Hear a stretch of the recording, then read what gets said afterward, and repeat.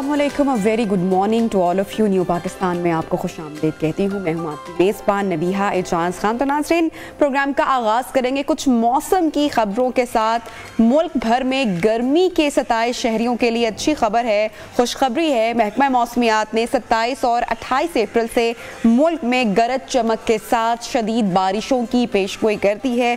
तो नाज़रीन, मौसम होने वाला है खुशगवार, क्योंकि साहिली इलाकों में मकामी सतह पर बादल बन सकते हैं, जिससे बारिशों का एक ताकतवर और तवील सिस्टम मुल्क पर असरअंदाज होगा, जो 6 या 7 मई तक मुल्क पर असरअंदाज रहेगा। अच्छा, ईरान के करीब बहिरा अरब में सर्कुलेशन भी बनी हुई है। सिंध बलोचिस्तान के साहिली इलाकों में शदीद बारिश का इम्कान है, जबकि सिंध के 80 से 90% इलाकों में बारिश का इम्कान बढ़ चुका है। और इसके साथ साथ इन इलाकों में इस सिस्टम के ज़ेरे असर बारिश का इम्कान है और मुख्तलिफ मकामात पर आंधी यालाबारी भी हो सकती है। पहाड़ी इलाके, वहाँ पर लैंड स्लाइडिंग का ख़तरा बढ़ जाता है।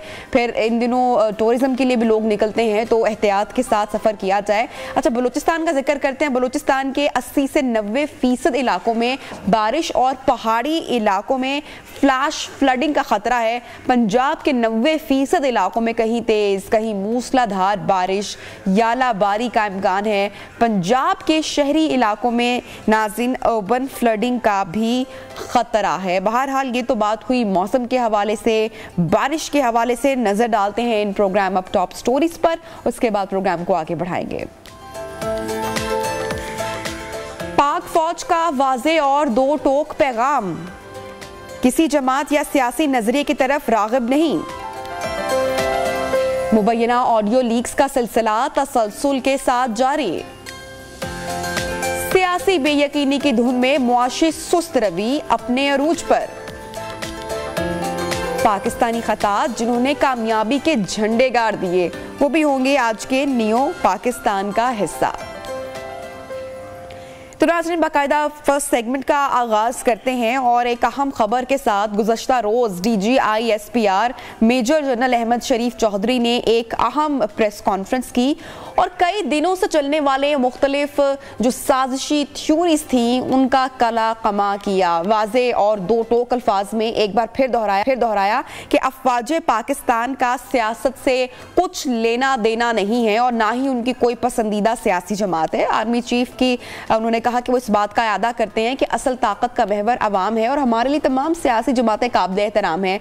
पाकिस्तान की फ़ौज कौमी फ़ौज है। सोशल मीडिया पर होने वाले तनकीद से मुतल्लिक सवाल के जवाब में DGISPR ने कहा कि आइन ने पाकिस्तान हर शहरी को आज़ादी राय का हक देता है और यही आइन आज़ादी राय के हक को कानून का पाबंद भी बनाता है। अफवाज पाकिस्तान के खिलाफ जो बात की जा रही है वो गैर आइनी है और अवाम भी ये नहीं चाहते कि फ़ौज ला हासिल बहस में पड़ जाए। तामीरी तनकीद को अहमियत देते हैं उन्होंने कहा, और कोई नहीं चाहेगा कि फ़ौज किसी ख़ास सोच की नुमाइंदगी करे। उन्होंने कहा कि कानून को हाथ में लिए बगैर कानून को हरकत में ला सकते हैं। फिर तर्जुमान पाक अफवाज ने यह भी कहा कि हिंदुस्तान की अंदरूनी सियासत में पाकिस्तान के हालात की काफ़ी अहमियत है। भारत अपने मसाइल से तवज्जो हटाने के लिए पाकिस्तान की सियासत की बात करता है और फिर साथ साथ जो फॉल्स फ्लैग ऑपरेशन है, पाकिस्तान के खिलाफ जाली प्रोपेगेंडा है, वो भारत का शुरू से ही शेवा रहा है।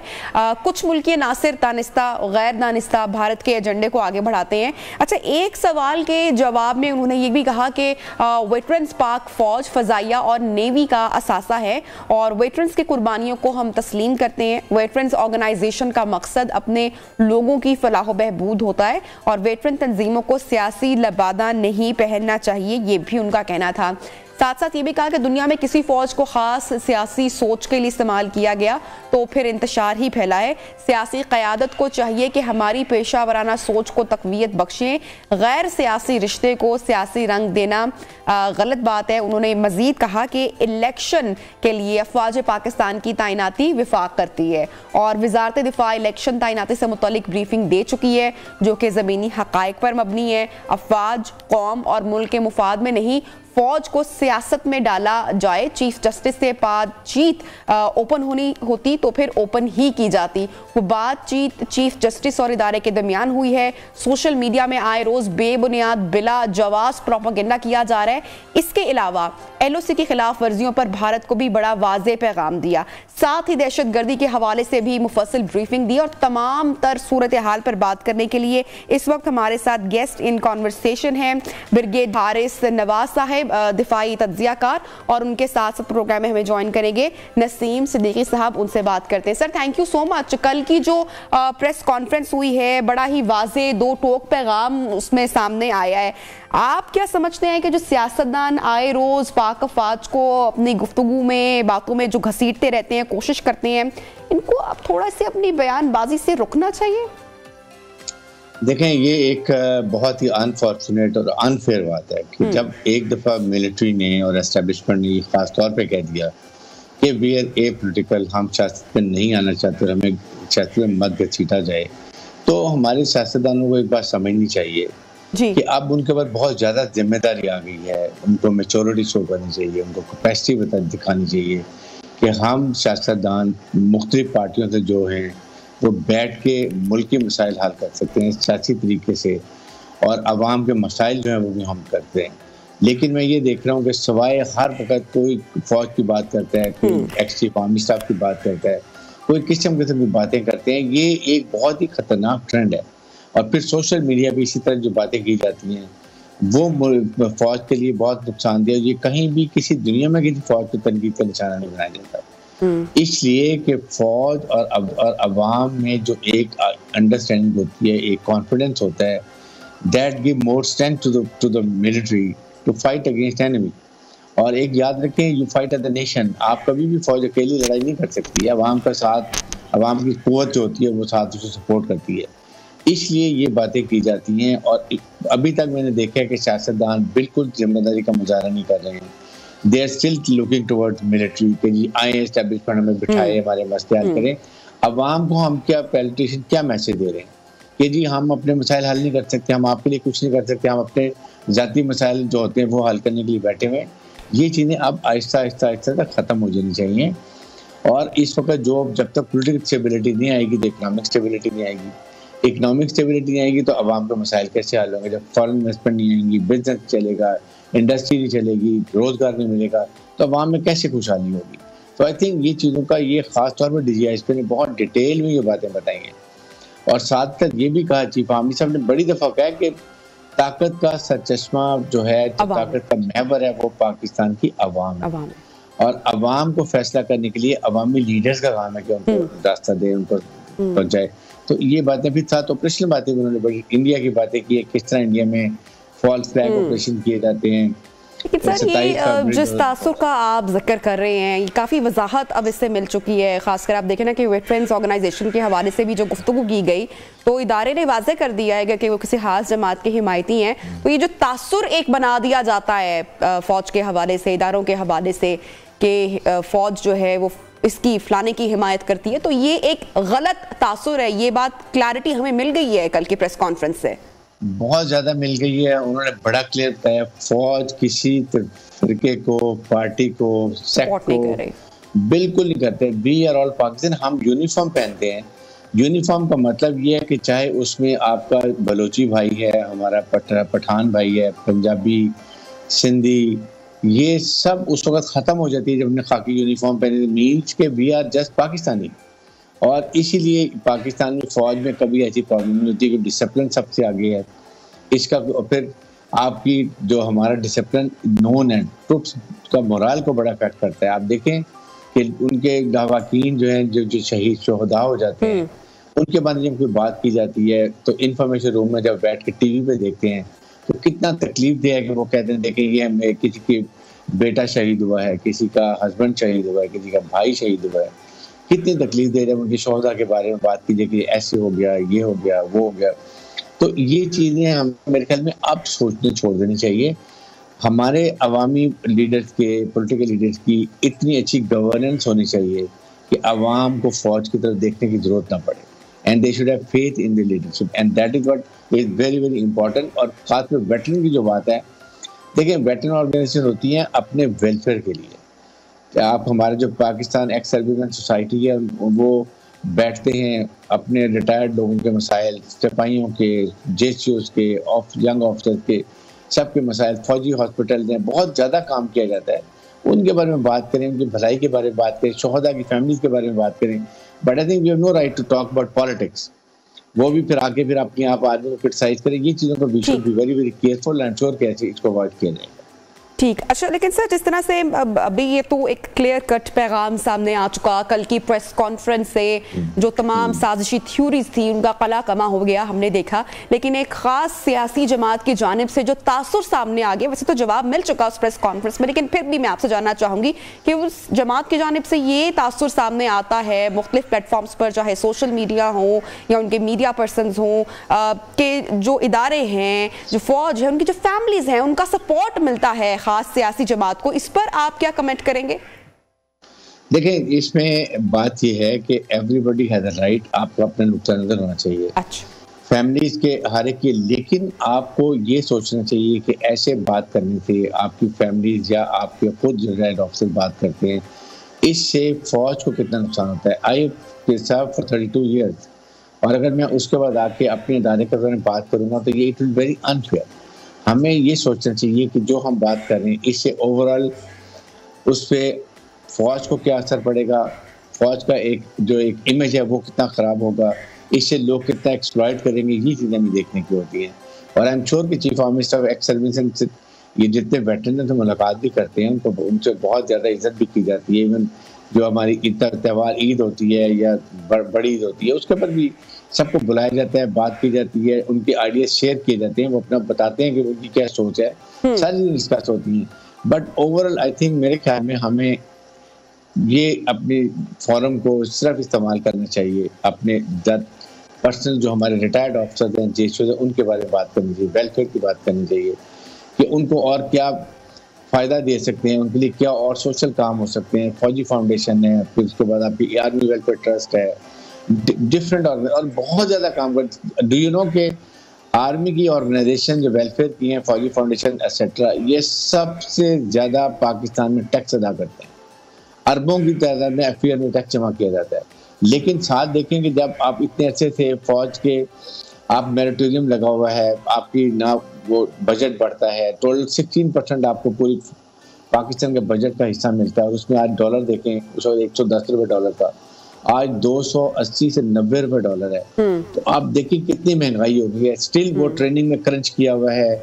आप अभी ज़्यादा कॉन्फ्रेंस जो है वहाँ वर्चुअल कर लेते हैं, ऑनलाइन ये कर लेते हैं, पेट्रोल पे खर्च कम किया हुआ है, बिजली पे, इलेक्ट्रिसिटी पे, हर चीज़ पे हमने कट कर दिए कि कम से कम हम ऑपरेशन रेडीनेस के ऊपर कोई कॉम्प्रोमाइज़ ना करें, ट्रेनिंग के ऊपर कोई कॉम्प्रोमाइज़ ना करें। इसलिए हम we never do it, because हर वक्त हमारा इतना कनिंग दुश्मन है ये नरेंद्र मोदी जैसा एक प्राइम मिनिस्टर, हर वक्त लगा होता है कि पाकिस्तान को नुकसान पहुंचाए। पाकिस्तान नुकसान पहुंचाने के लिए सबसे पहले फ्रंट लाइन पर पाकिस्तान की मुसल्लह अफवाज है।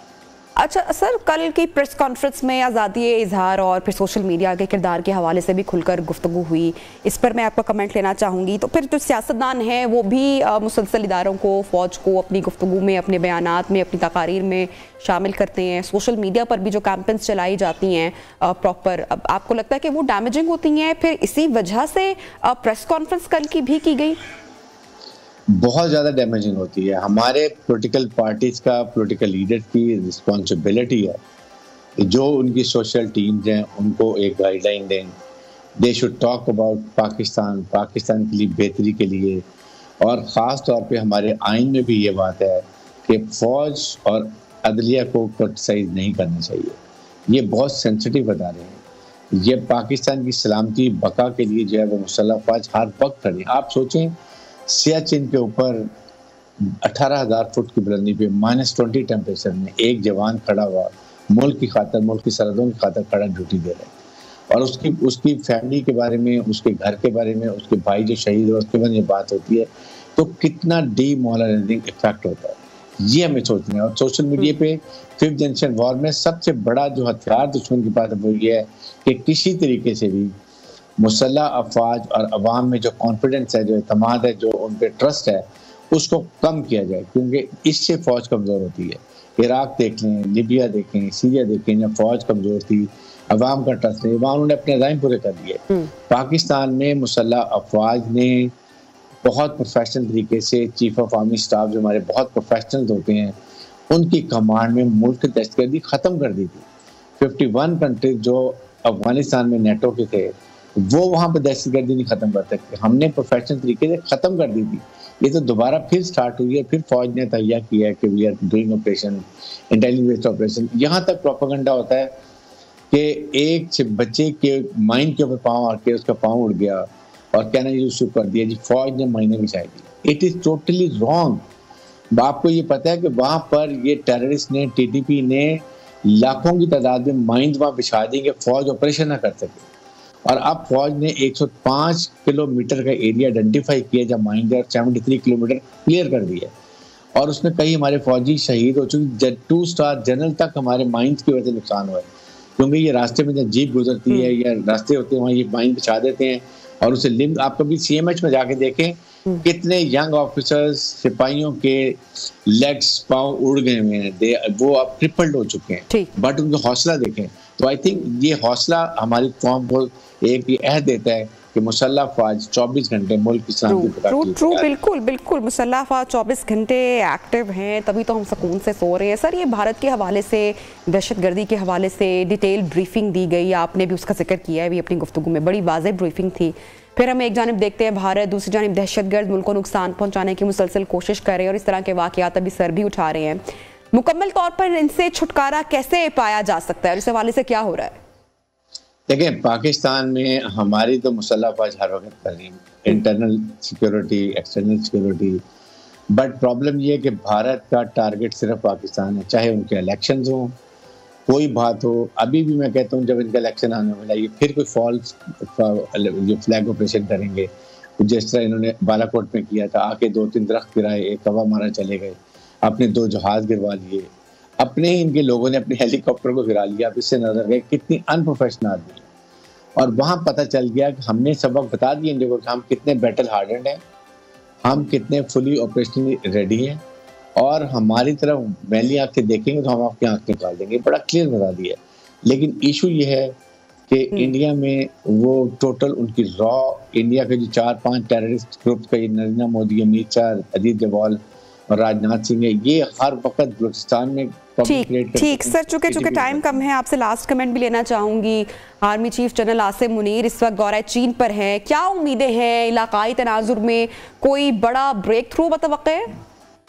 देखें, ये एक बहुत इम्पोर्टेंट विजिट है, ख़ास तौर पे इस वक्त जो हमारे मुल्क की इकॉनमी है, फिर पाकिस्तान के चाइना के बहुत ही ब्रदर रिलेशन हैं, मिलिट्री टू मिलिट्री, वो बात होगी।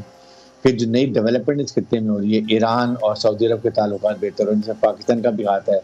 चाइना ने बहुत एफर्ट करके उनकी आपस में सुलह करवाई है, अब उनके डिप्लोमेटिक रिलेशन में वो सफारतखाने खोले जा रहे हैं। उन्होंने भी रियलाइज़ कर लिया कि अब हमें शिया सुन्नी इन चीज़ों से निकल के मुसलमान एज ए मुस्लिम हमें देखना है कि हमने कैसे OIC को स्ट्रॉन्ग करना है, अपने आप को स्ट्रॉन्ग करना है, डेवलपमेंट कैसे करनी है, ये सारी चीज़ें वहाँ पर होंगी। इकोनॉमी की बात भी होगी, मिलिट्री टू मिलिट्री रिलेशनशिप की बात होगी, आइंदा के पाकिस्तान के जो रिक्वायरमेंट्स है वेपन इक्विपमेंट की, वो बात होगी, और साथ ही इस खित्ते में जो चेंजिंग पॉलिटिकल एनवायरनमेंट है उस पर भी जिक्र किया जाएगा। बहुत बहुत शुक्रिया। ब्रिगेडियर रिटायर्ड हारिस नवाज हमारे साथ इन कॉन्वर्सेशन थे। नाज़रीन, प्रोग्राम में लेंगे एक छोटी सी ब्रेक और ब्रेक के बाद आपको दोबारा ज्वाइन करेंगे। स्टे विद अस।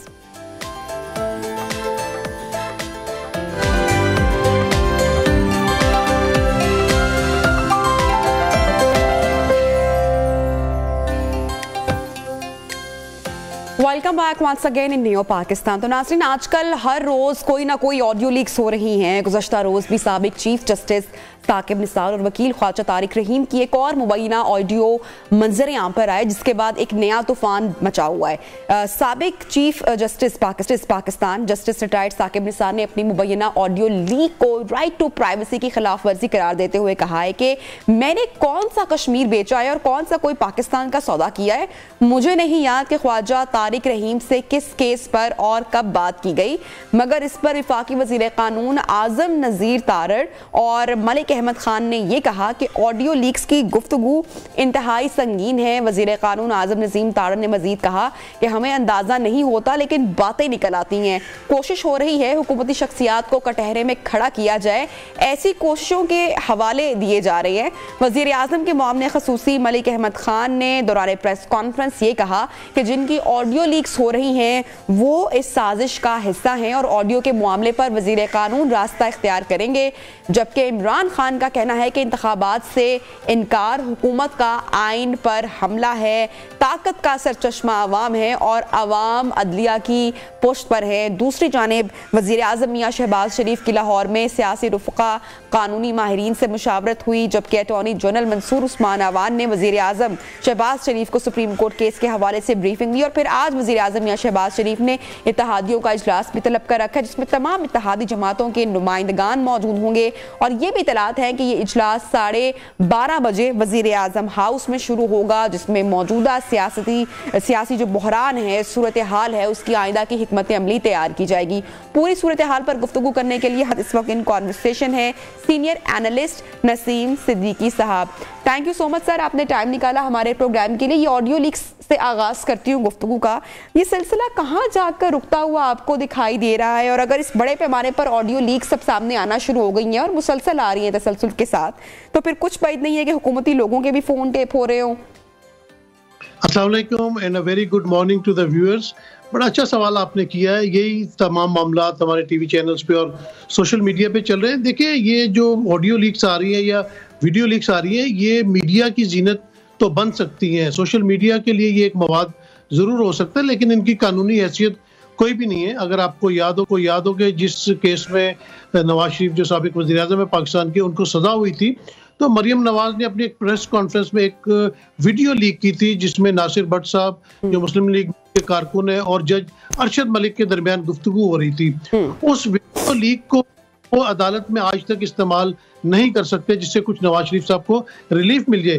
तो ये सबसे पहले तो ऑथेंटिसिटी होनी चाहिए इन ऑडियो और वीडियो लीक्स की, और एक तरह से तो ये गैर कानूनी काम है क्योंकि आप कोई भी किसी की निजी गुफ्तगू जो है वो इस तरह टेप नहीं कर सकते। किस एजेंसी ने टेप किए, इस तरह का एक मामला जो है वो पीटीआई सुप्रीम कोर्ट में पहले भी लेके गई थी, लेकिन उसकी अभी तक सुनवाई नहीं हुई। उसके बाद आपने देखा कि जजेस की ऑडियो लीक्स हो रही हैं, उनकी फैमिलीज की ऑडियो लीक्स हो रही है। तो मेरे ख्याल से ये एक शोर शराबा मीडिया और सोशल मीडिया के लिए तो जरूर है, लेकिन इसकी कोई कानूनी हैसियत नहीं है। जी अच्छा नसीम साहब, हमने देखा कि कल लाहौर में भी शहबाज शरीफ ने अहम कानूनी मुशावरत की, फिर आज इत्तेहादियों का इजलास बुला रखा है। कोई अंदरूनी खबर आपके पास भी होगी आई एम श्योर कि किस हिकमत अमली पर गौर हो रहा है, काम हो रहा है, क्या कोई नई स्ट्रैटेजी बनाई जा रही है? देखिए, जो सुप्रीम कोर्ट के ऑर्डर्स आ गए हैं, ये जिस तरह कल तक का उन्होंने टाइम दिया हुआ है कि आप इलेक्शन कमीशन को इलेक्शन के लिए पैसे दे दें, सूरत हाल तो बहुत गंभीर है और जो इत्तेहादी हैं उनके अंदर भी सब थोड़ी सी टूट फूट का शिकार है। पिछले दिनों आपने खबर सुनी होगी कि वज़ीर आज़म शहबाज शरीफ ने फैसला किया कि वो 27 अप्रैल को एतमाद का वोट लेंगे, लेकिन उसके कुछ देर बाद ही मरियम औरंगजेब ने आके बताया कि ऐसी कोई बात नहीं है। लेकिन ये शोशा कहाँ से छोड़ा गया? ये शोशा पीपल्स पार्टी की तरफ से छोड़ा गया था। उन्हीं लोगों ने इस बात को आगे बढ़ाया था क्योंकि पीपल्स पार्टी अगर इलेक्शन होते हैं तो उसके पास कोई चीज़ लूज करने को नहीं है। हो सकता है कि वो कुछ और मजीद सीटें जो है अगले आने वाले सेटअप में ले जाए। सिंध सूबा उनके पास है। इसमें सबसे बड़ा जो लूजर है वो नून लीग होगा, क्योंकि नून लीग को परेशानी है कि जिस तरह पंजाब में ज़मीनी इंतखाबात लास्ट ईयर हुए थे और उनका गढ़ लाहौर में उनको शिकस्त हुई थी, तो इस वक्त सबसे ज्यादा जो खौफजदा है इलेक्शन से वो मुस्लिम लीग नून है, उसके बाद JUI है। इनको पता है कि JUI को खैबर पख्तूनख्वा में कोई खास पजीराई नहीं मिलेगी और नून लीग को अगर पंजाब में पजीराई नहीं मिलती तो हुकूमत बनाने के काबिल नहीं होंगे। तो ये बड़ी गुमगू की कैफियत इस वक्त है जो हुकूमत जवान है उसके अंदर। आपको अगर एक मैं छोटी सी मिसाल दूं, क्योंकि हमेशा ऐसा हुआ है कि जिस तरह बरतानिया में डेविड कैमरॉन की हुकूमत थी, कंजर्वेटिव की हुकूमत थी, लेकिन ब्रेक्जिट के बाद उन्होंने रिजाइन दे कि मैं अगर अवामी पल्स को नहीं समझ सका तो मुझे रिजाइन देना चाहिए, और थ्रीसा मे वज़ीर आज़म नामजद हुई। लेकिन उन्होंने आते साथ ही ऐलान किया कि ये तो मुझे पार्टी की तरफ से वज़ीर आज़म बनाया हुआ है। उन्होंने असेंबलियां तोड़ दी कि हमें अवाम के तो जाना चाहिए कि अवाम क्या चाहती है। तो इस वक्त अवाम इलेक्शन चाहती है, इलेक्शन का माहौल हर तरफ बनता जा रहा है। वैसे भी देखा जाए तो अक्टूबर के हिसाब से तो इलेक्शन बहुत करीब आ, लेकिन इस वक्त इत्तेहादी जमातें बहुत ज़्यादा परेशानी के आलम में है, क्योंकि एक तरफ सुप्रीम कोर्ट के ऑर्डर्स हैं, एक तरफ आइन की पासदारी है, दूसरी तरफ वो इलेक्शन से फरार भी चाहते हैं, तो काफ़ी परेशान।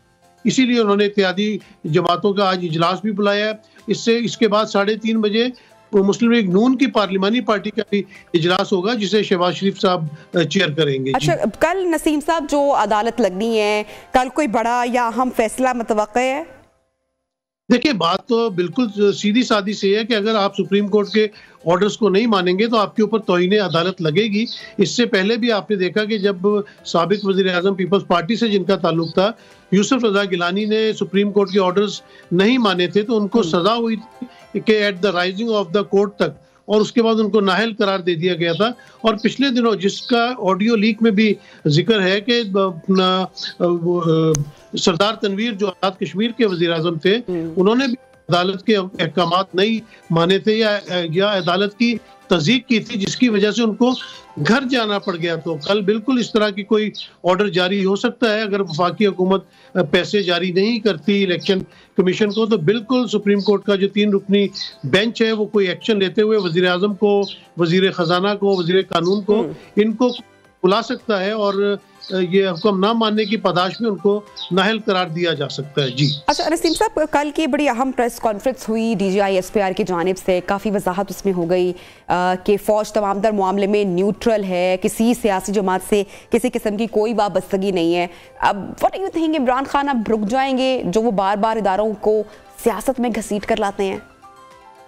मेरे ख्याल से इमरान खान साहब ने पूरे इदारे की कभी भी बात नहीं की। उन्होंने हमेशा यही कहा कि पाक फौज हमारे सर का ताज है और इनकी कुर्बानियों से पाकिस्तान कायम है। कुछ लोगों के बारे में, कुछ इदारे जो उनके कुछ सब डिपार्टमेंट्स हैं, उनके सरबराहों के बारे में या उधर से कोई इंटरफेरेंस की बात जरूर कर रहे थे, लेकिन पिछले दिनों से उन्होंने इस पर कुछ खामोशी इख्तियार की हुई। और कल DGI SPR ने बड़ी अच्छी प्रेस कॉन्फ्रेंस की। उन्होंने जो भी जवाबात दिए वो सियासत से मुबर्रा थे। उन्होंने पाक फौज की जो कारकर्दगी थी, जो दहशत गर्दों के साथ वो नबर्द आजमा है, जो हमारे फौजी जवान अपनी शहादत पेश कर रहे हैं, उसके बारे में उन्होंने तमाम बातें बताई। और बड़ी खुशाइन बात है कि उन्होंने ये कहा कि हम पाक फौज जो है वो हुकूमत के ताबे होती है और उनका किसी भी सियासी जमात की तरफ झुकाव नहीं होता। और जो मौजूदा सरबराह हैं हमारे सिपाही सलार हैं आसिम मुनीर साहब, उनका भी यही अंदिया है कि उनकी किसी भी पार्टी की तरफ झुकाव नहीं है और वो न्यूट्रल है। और वो साबित भी कर रहे हैं इन चीज़ों से कि उनका किसी भी सियासी जमात के साथ कोई ताल्लुक नहीं है, या उनके लिए तमाम सियासी जमातें जो हैं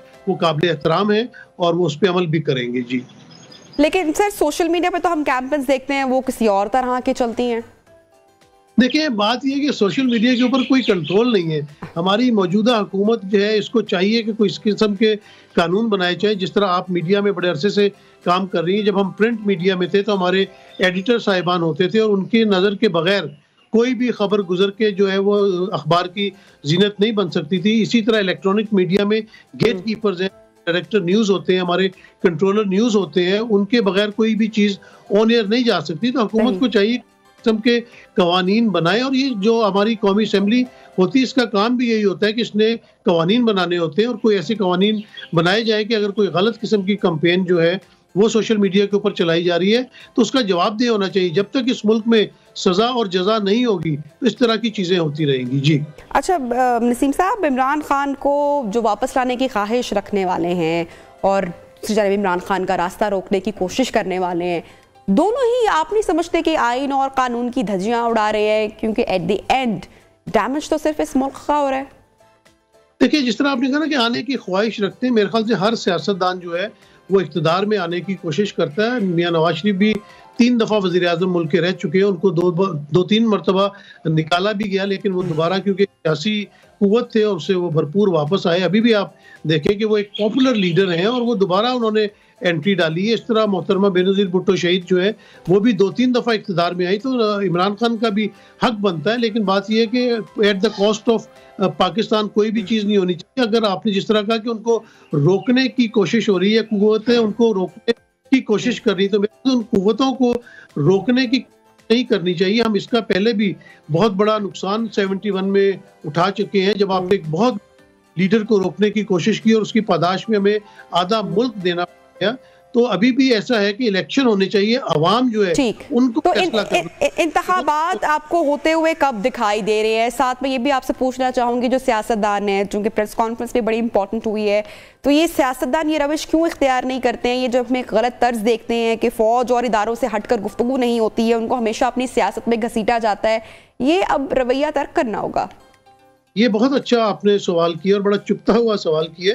देखिए, ये सियासतदान इस तमाम चीज़ों के जिम्मेदार हैं। दिन में वो अगर एस्टेब्लिशमेंट को बुरा भला कहते हैं तो शाम को डिग्गी में जाके मिलने के भी हमने वाकयात सुने हैं। इसके अलावा भी शेख रशीद साहब ने बहुत दफ़ा गेट नंबर 4 का जिक्र किया। देखिए, फौज हमारा एक बहुत अहम इदारा है, अगर उनको उनके काम करने दिए जाए तो और वो मजीद बेहतर परफॉर्मेंस दे सकते हैं। लेकिन जब सियासतदानों की आपसी की जंग होती है और वो कोशिश करते हैं कि इस्टेब्लिशमेंट का सहारा ले, तो तभी मुल्क में बिगाड़ पैदा होता है। अगर ये तमाम सियासतदान जुल के बैठ जाए और खुद फैसला कर इलेक्शन करवा ले, इलेक्शन का दौरा है, अगर इलेक्शन की डिमांड हो रही है पूरे मुल्क के अंदर, और एक आईनी तौर पे जब तो इतनी बड़ी असेंबलियां मुल्क की तहलील हो चुकी है और आइन के मुताबिक 90 दिन में उनके अंदर इलेक्शन होना चाहिए। अगर आप आइन से रूगर्दानी करेंगे और वही सियासतदान आइन से कर रहे हैं जिन्होंने, लेकिन नसीर साहब कोई ना कोई एश्योरिटी तो मुस्लिम लीग नून को भी मिली होगी इस वक्त, आप नहीं समझते हैं? पीटीआई की जानिब से तो टिकट तकसीम कर दी गई हैं, मुस्लिम लीग नून बड़ी सियासी जमात है, पीडीएम की बड़ी जमात है, लेकिन अब तक टिकट तकसीम नहीं की गई, तो उनको एश्योरिटी कहाँ से मिल रही है? देखिए, डेफिनेटली उनको एस्टेब्लिशमेंट का इस वक्त साथ है, एस्टेब्लिशमेंट उनके अंडर आती है, वो उनको बिल्कुल सपोर्ट कर रही है। वो खुद पार्लियामेंट के अंदर मौजूद है, वो पार्लियामेंट से भी लॉज इस किस्म के निकाल रहे हैं कि आपने देखा कि उनकी सुप्रीम कोर्ट के साथ कन्फ्रंटेशन भी शुरू हो चुकी है। तो पाकिस्तान में अगर इस किस्म का माहौल आएगा तो दुनिया को क्या मैसेज जाएगा? और जब मुल्क में सियासी इस्तेकाम नहीं होगा तो मुआशी इस्तेकाम किस तरह आएगा? आपको पता है कि पीटीएम में चंद जमातें मिल के उन्होंने हुकूमत बनाई है, एमक्यूएम को भी तहफ़्फ़ुज़ात है, जेयूआई को भी तहफ़्फ़ुज़ात है, मोहसिन दावड़ ने भी अपने तहफ़्फ़ुज़ात का इशारा किया। तो अगर एक मुल्क में साफ और शफाफ इलेक्शन करवा दिए जाए और जो भी मुंतखब हुकूमत आए आइंदा 5 साल के लिए उसको काम करने दिया जाए, तो मेरे ख्याल से मुल्क में हालात बेहतर हो सकते हैं। और ये सियासतदानों ने ही इस चीज़ का मिल के फैसला करना है, कोई बाहर से आके इसका फैसला नहीं करेगा। जी अच्छा, रिसेंटली इमरान खान साहब का इंटरव्यू आया, उसमें उन्होंने बोला ईद के दिनों में कि जनरल बाजवा के कहने पे असेंबलियां डिसॉल्व की गई। ये एक तो मैं कमेंट लेना चाहूंगी, दैट मींस कि परवेज इलाही साहब दुरुस्त फरमा रहे थे कि ये फैसला गलत है, ये नहीं होना चाहिए। देखिए, बात यह है कि बिल्कुल मशवरे तो दिए जाते हैं, मशवरे लिए भी जाते हैं, फैसले अपने होते हैं। बिल्कुल उनकी पॉलिटिकल एक स्ट्रेटजी थी, उससे उनको कितनी कामयाबी हुई है ये बता सकते हैं। लेकिन मेरे ख्याल से तो उनको टफ टाइम ज्यादा देखना पड़ा। अगर उनकी असेंबलियां कायम रहती और वो इस कौमी असेंबली इस्तीफे दे के बाहर नहीं आती तो इस वक्त पीटीआई एक बड़ी मजबूत पोजीशन में होती, क्योंकि वो पार्लियामान में भी मौजूद होती है और पाकिस्तान के 2 बड़े सूबों में उनके पास हुकूमत थी। तो ये देखना पड़ेगा कि उनकी ये हिकमत अमली उनके किसी काम आई या उससे पीटीआई को नुकसान पहुंचा। ये सब चीजें इलेक्शन में आके ही पता चलेंगी। जी ठीक है। अच्छा, ये बात आप कितनी हद तक दुरुस्त समझते हैं कि इस वक्त जो मुल्क में हो रहा है, सियासतदान सिर्फ एक दूसरे को नाअहल करने की कोशिश कर रहे हैं, इंतखाबात के हवाले से कोई कोशिश नहीं की जा रही, ना होते हुए दिखाई दे रहे हैं? देखिए, ये तो बड़ी ही गलत सूरत हाल है। अगर आप जाके सड़कों पे देखें कि अवाम का क्या हाल है, मैं तो बड़ी अजीब सूरत हाल देखी कि मैं सारी उम्र से लाहौर में जो है वो रह रहा हूँ और मैं चांद रात पे हम लोग निकलते थे बाहर। इस दफ़ा जब मैं चांद रात पे बाहर बच्चों को लेके गया हूँ तो सड़कें सुनसान थी, बाजार सुनसान थे। मतलब इससे आप अंदाज़ा लगाएं कि कितनी महंगाई हो गई है कि लोगों की आम चीज़ें खरीदने की कुव्वत भी कम से कम होती चली जा रही है। लोग रोज़मर्रा ज़िंदगी की जो चीज़ें हैं वो लेने के लिए लोग खुदकुशियां कर रहे हैं, लोगों के घरों में भूख नंग है, बच्चों को स्कूल नहीं भेज पा रहे। तो जब मुल्क का इतना बदतरीन सूरत हाल होती जा रही है तो जिम्मेदार कौन है? इसके जिम्मेदार सियासतदान है, इन्होंने ही मुल्क को आगे लेके चलना है। लेकिन अभी भी आप देखें कि जो सुबह से प्रेस कॉन्फ्रेंस शुरू होती है उसमें इमरान की गर्दान लगाई जाती है। 1 साल इनको गुजर गया है, मौजूदा हुकूमत को 13 जमातों का मरहूबा है इस वक्त, लेकिन ये परफॉर्मेंस अभी तक शो नहीं कर सके, अवाम को कोई रिलीफ दे सके। तो फिर ये हुकूमत करने के लिए आए थे,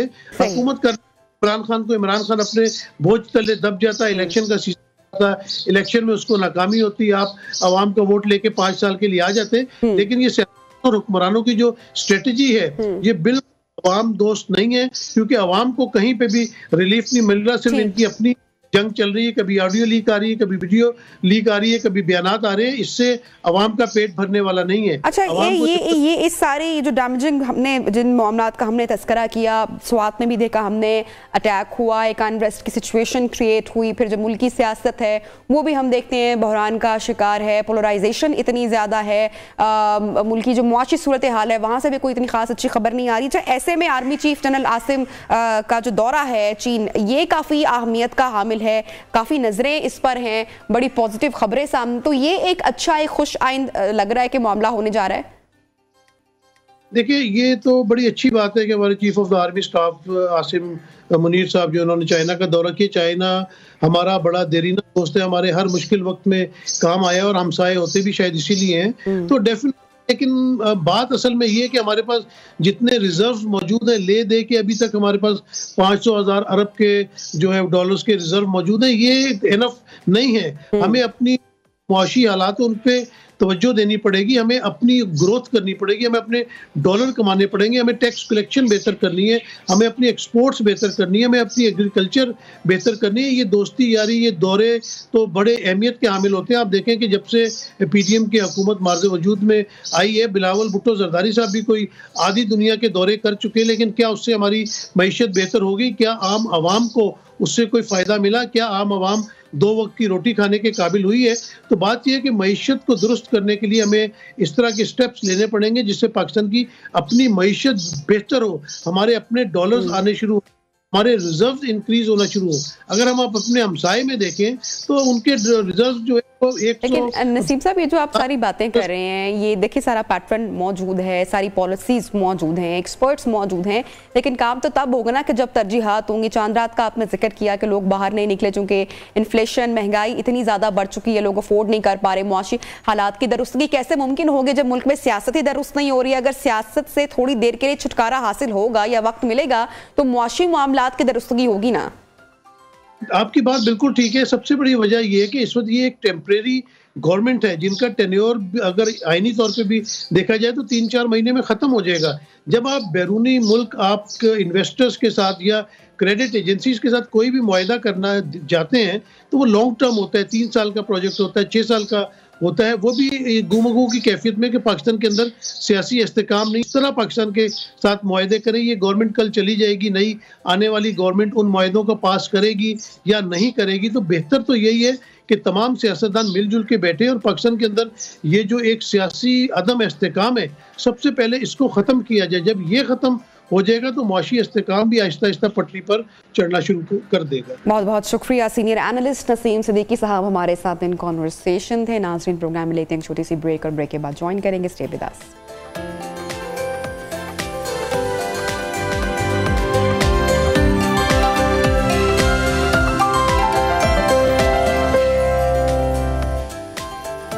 welcome back once again in neo Pakistan. Programme में गुफ्तगू को आगे बढ़ाते हैं और नाजरीन, एक साथ इलेक्शन पर सियासी इत्तफाक राय के लिए सुप्रीम कोर्ट की जो मोहलत थी उसका आज आखिरी दिन है। कल दोबारा सुप्रीम कोर्ट में समाअत होनी है।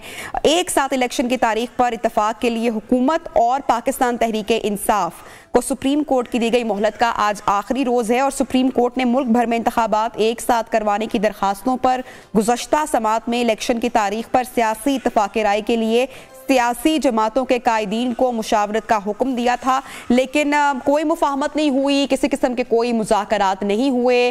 कल समाअत का दिन है, इसी हवाले से बात करेंगे। हसन रजा पाशा साहब हमारे साथ इस वक्त इन कॉन्वर्सेशन हैं। Thank you so much sir, आपने टाइम निकाला प्रोग्राम के लिए। ना तो मुज़ाकरात हुए, ना ही कोई मुफाहमत हुई, ना ही कोई मुज़ाकरात की मेज़ पर बैठा। कल दोबारा सुप्रीम कोर्ट की समाअत है, क्या कहेंगे आप, क्या होने जा रहा है? देखिए, हम तो यहाँ इस्लामाबाद में बैठ के कुछ अजीब से हालात देख रहे हैं।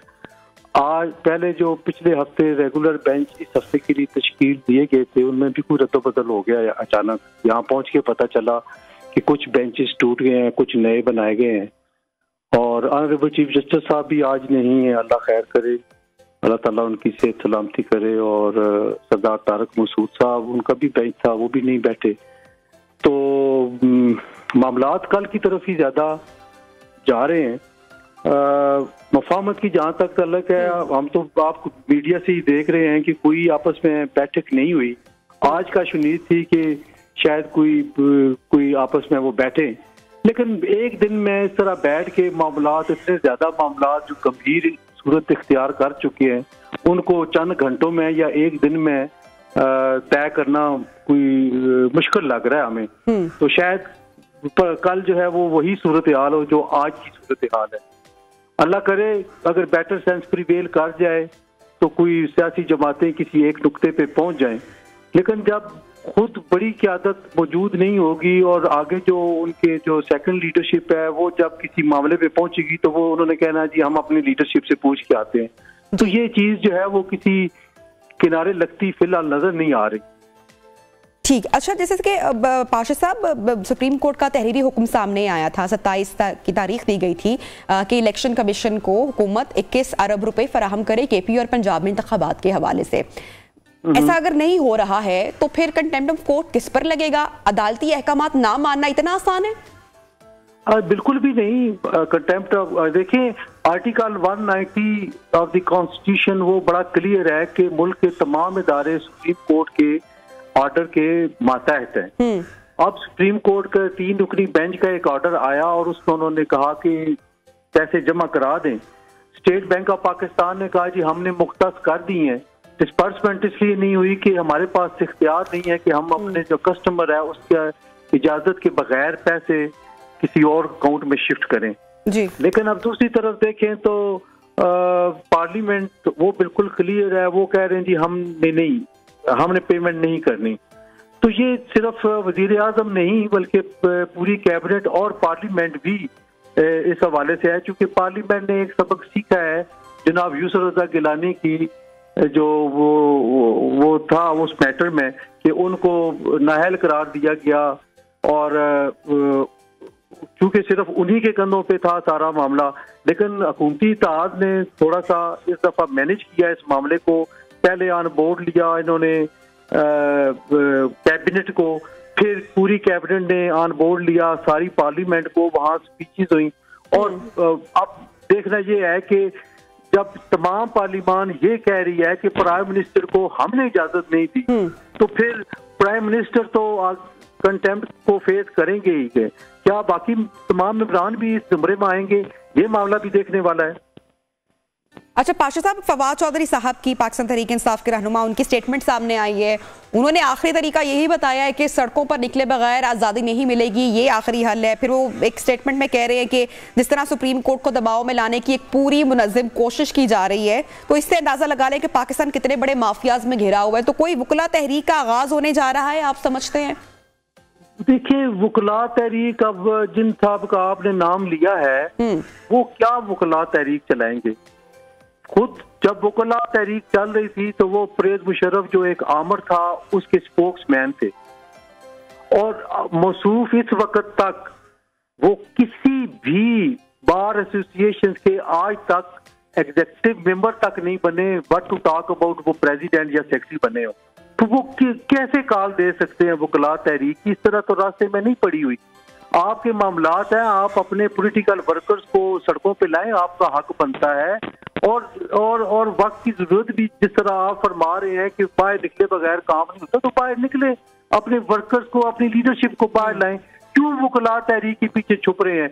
आप देखिए, बड़ी अहम बात मैं आपको बता रहा हूँ कि इनकी सुप्रीम कोर्ट 8 जजेस है, हुकूमती इत्तेहाद की सुप्रीम कोर्ट 7 जजेस है, लेकिन हम बतौर इदारा कहते हैं कि सुप्रीम कोर्ट सारी की सारी 15 जजेस पे मुश्तमिल है और सारी सुप्रीम कोर्ट 15 जजेस है। पिक एंड चूज जब करते हैं अपने मतलब के फैसले लेने के लिए, आप कहते हैं जी दबाव डाल रहे हैं। भाई कौन दबाव डाल रहा है? हुकूमत किस पे दबाव डाल रही है? हमें ये तो बताया जाए। आप अपनी हेयरिंग पे अपने वर्कर्स को या अपने पार्टी के जो वकला है इंसाफ तहरीक इंसाफ के, उनको आप ले आते हैं। दूसरी तरफ दबाव डालने के लिए वो मुस्लिम लीग नून के जो वकला हैं वो आ जाते हैं एक दिन छोड़ के। तो ये क्या मजाक हो रहा है? अपने लॉयर्स विंग को यूज कर रहे हैं, लेकिन लॉयर्स तहरीक इस तरह चलते मुझे नजर नहीं आ रही। जो स्टैट्यूटरी हाईएस्ट बॉडी है वो आपके सामने। ठीक, बहुत बहुत शुक्रिया हसन रजा पाशा, माहिर कानून, हमारे साथ कन्वर्सेशन थे और कल की होने वाली समाअत के हवाले से गुफ्तगू कर रहे थे। नाज़रीन, प्रोग्राम में लेते हैं ब्रेक के बाद ज्वाइन करते हैं। स्टे विद अस।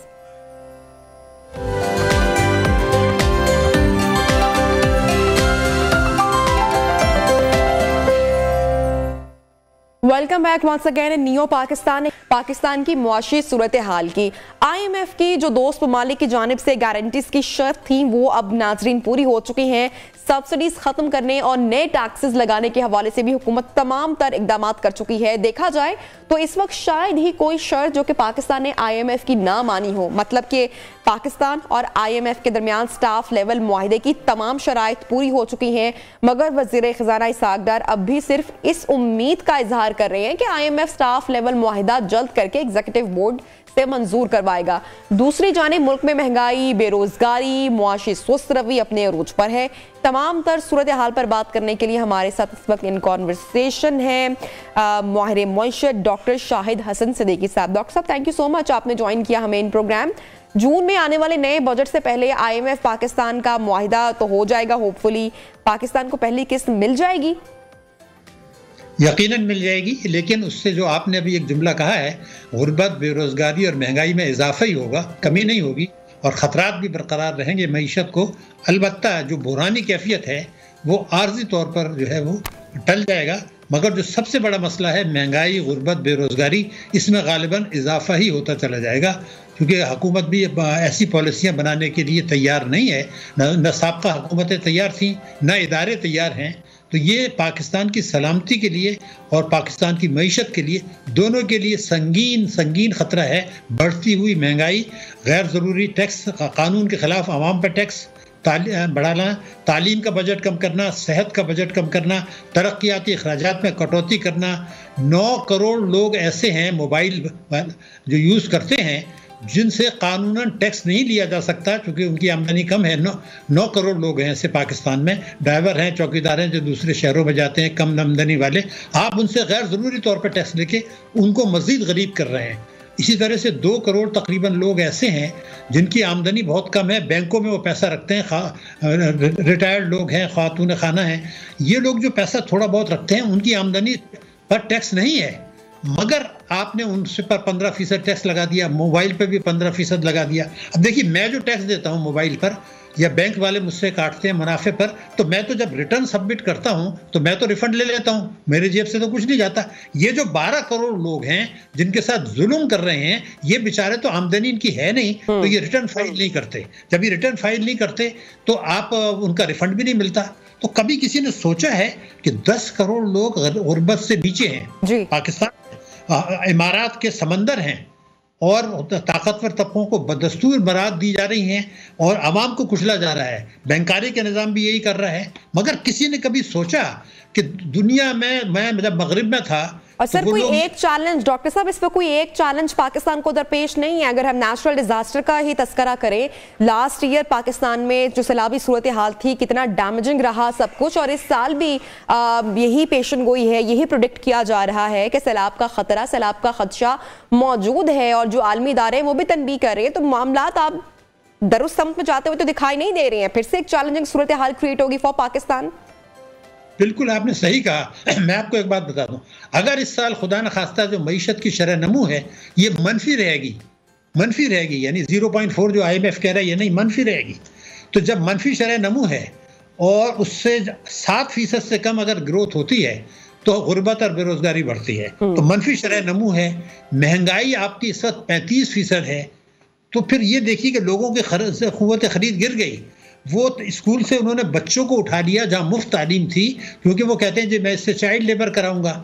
अपने बच्चों का इलाज मुआवजा नहीं करा सकते, वो अपने ख़ानदान को मुनासिब ग़िज़ा नहीं दे सकते।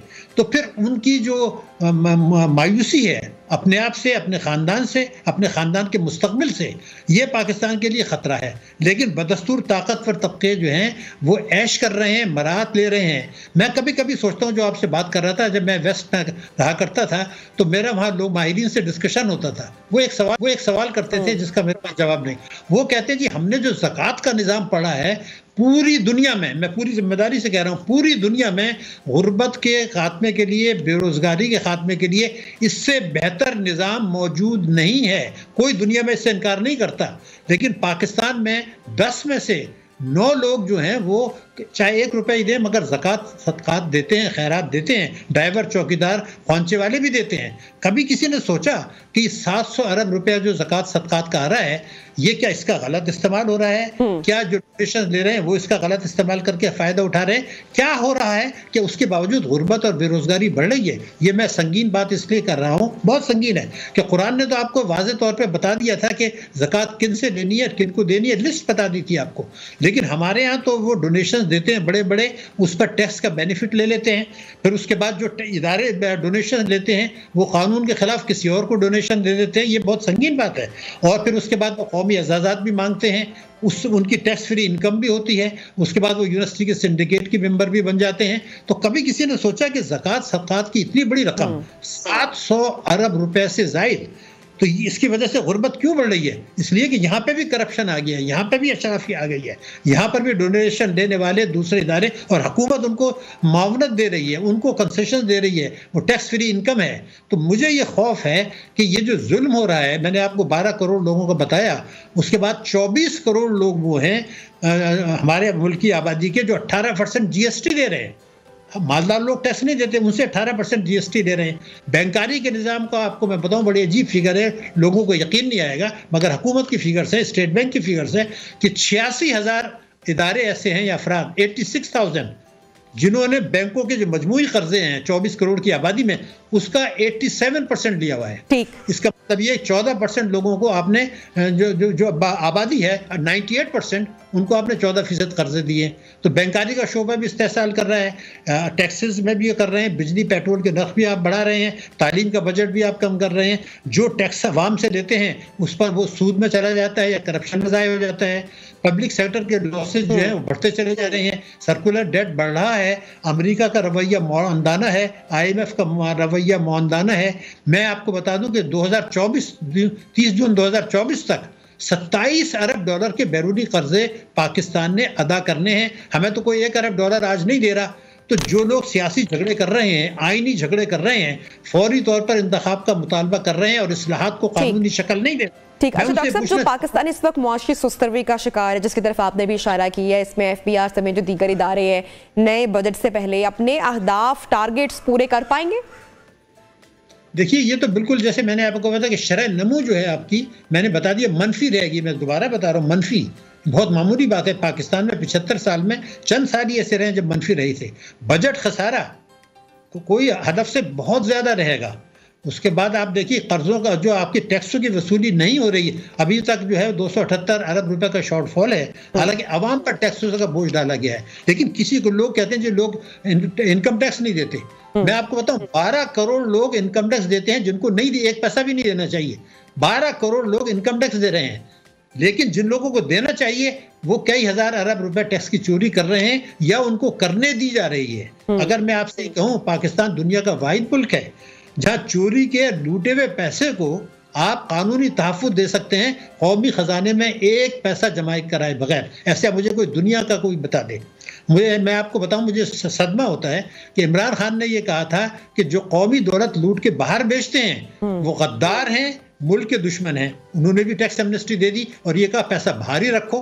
फिर वो साकिब निसार एक हुआ करते थे, उन्होंने सुप्रीम कोर्ट में बैठ के एक फैसला दिया 184(3) के कि अगर कौमी दौलत लूट के जो बाहर गई है उसको बाहर रखा ही रहने दिया जाए तो मुझे कोई एतराज नहीं है। मैं आपको बताऊं, as a student of law, supreme court का ये इख्तियार ही नहीं था 184(3) का। ये तो इस पर तो एक्शन होना चाहिए कि आपने कैसे कह दिया कि जी आप जो कौमी दौलत लूट के बाहर जा रही है उसको ना लाएं। सुप्रीम कोर्ट का कोई इख्तियार 184(3) में नहीं था। उनका इख्तियार था अवाम को फ़ायदा पहुंचाएं, यानी उस पैसे को यहाँ लाएं और उसको अवाम पर खर्च करें। तो जब हमारे सुप्रीम कोर्ट के जज साहिबान कौमी दौलत लूटने वालों को अपने इख्तियार से तजावुज़ करके तहफ़्फ़ुज़ दें और हुकूमत भी कंसेशन देती रहे, माजी में देते रहे, तो फिर रेमिटेंसेस जो भी आती हैं, मैं आपको बताऊं, बड़ी रेमिटेंसेस, हर 1 लाख डॉलर पर आपको 25 लाख रुपए का तो टैक्स का नुकसान हो जाता है, क्योंकि ये 111(4) के तहत आती है। कभी सोचा कि ये जो आप रेमिटेंसेस पर गुजारा कर रहे हैं और नाम रखा है कारकुनों की तरसीलात, और वो बड़ी बड़ी रेमिटेंसेज आ रही हैं, उन पर आप टैक्स नहीं दे रहे। तो ये जो इस्तेहसाली निज़ाम है जी, तो हज़रत अली का ये क़ौल है कि कुफ्र का निज़ाम चल सकता है मगर जुल्म का नहीं चल सकता। बदकिस्मती से हम आवाम के साथ जुल्म कर रहे हैं, मईशत के साथ जुल्म कर रहे हैं, इस्लामी जमहूरिया पाकिस्तान के इस्लामी तशख्खुस के साथ जुल्म कर रहे हैं, और ये ऐसी चीज़ है जो कौम को भी डॉक्टर साहब इस साल मोबाइल फ़ोन्स और कारों की दरामदी बिल में नुमाया कमी रिकॉर्ड की गई है। मोबाइल फ़ोन्स के इम्पोर्ट तकरीबन 71% और कारों की दरामद 80% कम रही। ये अच्छी बात है या बुरी है? देखिए, मोबाइल की तो बेहतर इसलिए है कि अब हम खुद भी बना रहे हैं, मगर गाड़ियों का तो है कि आपके पास जब पैसे ही नहीं है, यानी आपके पास जो है ना वो ग़िज़ाई अशिया बनाने के लिए पैसे नहीं है, दवाइयाँ खरीदने के पैसे नहीं है, तो आप वो कैसे करेंगे? मैं तो कहता हूँ कि ये चीज़ों पर हुकूमत को सोचना होगा कि हम गैर ज़रूरी इम्पोर्ट्स क्यों अलाउ कर रहे हैं जब मेरे मुल्क में पैसा नहीं है, डॉलर नहीं है, तो ये अशिया तायुश आना क्यों चाहती हैं? मोबाइल क्या पाकिस्तान में नहीं बन रहे कहते हैं? कोई ज़रूरी है कि बड़े? तो हुकूमत ने तो ये कह दिया, स्टेट बैंक ने, कि जनाब जिन लोगों को इंपोर्ट करनी है वो अपना डॉलर का खुद इंतजाम करें, यानी हुंडी हवाले का कारोबार फरोग दे दिया।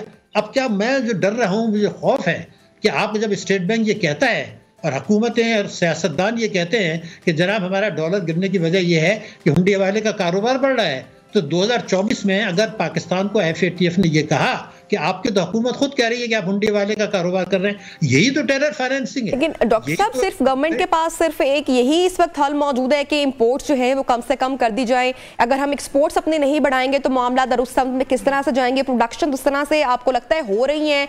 फिर बिजली के मसाइल हैं, यहाँ पर गैस के भी मसाइल हैं, कंपनीज वैसे लॉसेज में जा रही हैं, तो एक्सपोर्ट नहीं बढ़ेगी तो बेहतरी कैसी होगी? देखिए, आपने बिल्कुल अहम बात ये कह दी, मैं तो आपको दोबारा बता दूं, बहुत अहम बात है। अगर पाकिस्तान की एक्सपोर्ट्स इंपोर्ट से ज़्यादा नहीं होती तो पाकिस्तान कभी भी खुद निसारी की तरफ नहीं जा सकता, मगर हुकूमतों ने ये फैसला कर लिया है कि हमारी जो इंपोर्ट्स हैं वो दुगनी से ज़्यादा होंगी एक्सपोर्ट की। ये चलता रहेगा, ये आपने बड़ी अहम बात की है। लेकिन आप ये चाहते हैं कि आप 60 अरब डॉलर की या 65 अरब डॉलर की इंपोर्ट करें, 30 अरब डॉलर का एक्सपोर्ट करें, बाकी जाली रेमिटेंसेज और कर्जों से पूरा करें। ये आग से खेलना है। बरामदात बढ़ानी होंगी, IT सेक्टर में आपको जाना होगा, आपको इंजीनियरिंग सेक्टर में जाना होगा, बरामदात उसके बगैर नहीं बढ़ेंगी।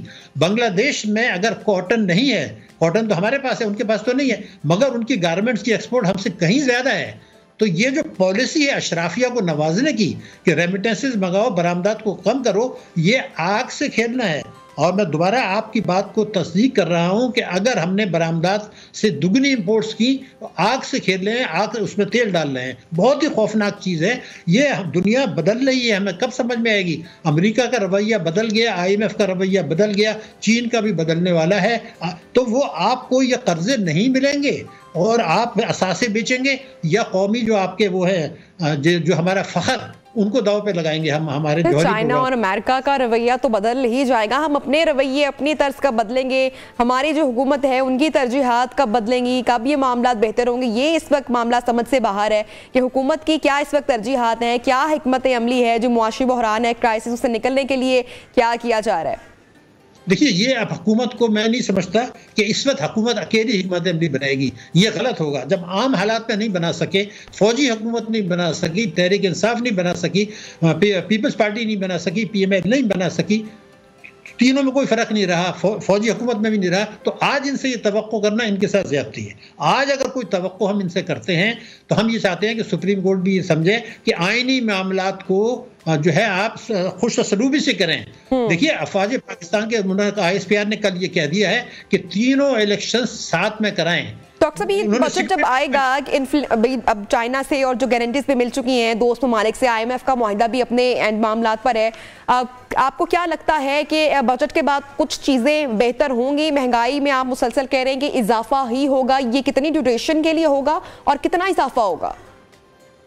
जब तक हमारी ये पॉलिसियां हैं तो महंगाई ऊपर नीचे होती रहेगी, लेकिन मैं ये समझता हूँ कुछ हमारे पड़ोसी ममालिक हैं उनसे कम 3 गुना ज्यादा होगी। यानी भारत तो छोड़ दें, बांग्लादेश में अगर 9% है तो हमारी जो है ना अगले साल अगर 25 और 27 के दरमियान रहती है, मैं जून तक की बात कर रहा हूँ या दिसंबर तो 2023 तक की बात कर रहा हूँ, तो ये तो 3 गुना ज़्यादा होगी। फिर आप, लेकिन महंगाई का तो एक टैक्स है, ये हम क्यों भूल रहे हैं कि मेरे मुल्क का अगले साल ग्रोथ रेट जो है ज़्यादा से ज़्यादा 3% होगा। महंगाई अगर 25% है तो जिन मुल्कों में 6% महंगाई है और 6% ग्रोथ है, जैसे भारत और बांग्लादेश, तो या 9% महंगाई है, तो उनके मुकाबले में हम ना कैसे एक्सपोर्ट करेंगे।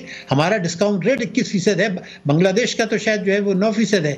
तो सवाल ये पैदा होता है कि ये तो आप आग से खेल रहे हैं। इस वक्त तमाम लोगों को बैठना होगा, मीडिया को भी या आवाम को जो है सारा इलेक्शन सिवाय तबाही की आपको कुछ नहीं लाने वाला, क्योंकि ये इलेक्शन नफरत की बुनियाद पर होगा, ये इलेक्शन इल्ज़ाम तराशी की बुनियाद पर होगा, इस्लाहात की बुनियाद पर नहीं होगा। तो अगर इलेक्शन से पहले इस्लाहात नहीं की जाती, चाहे कौमी सलामती कमेटी करे या सुप्रीम कोर्ट करे, जिन्होंने के 184(3) के तहत गलत एक्शन लेके इंतखाबात के मामले में कूद पड़े, वो उनका इख्तियार नहीं था, लेकिन पाकिस्तान की मईशत को दाव पे लगा दिया उन्होंने।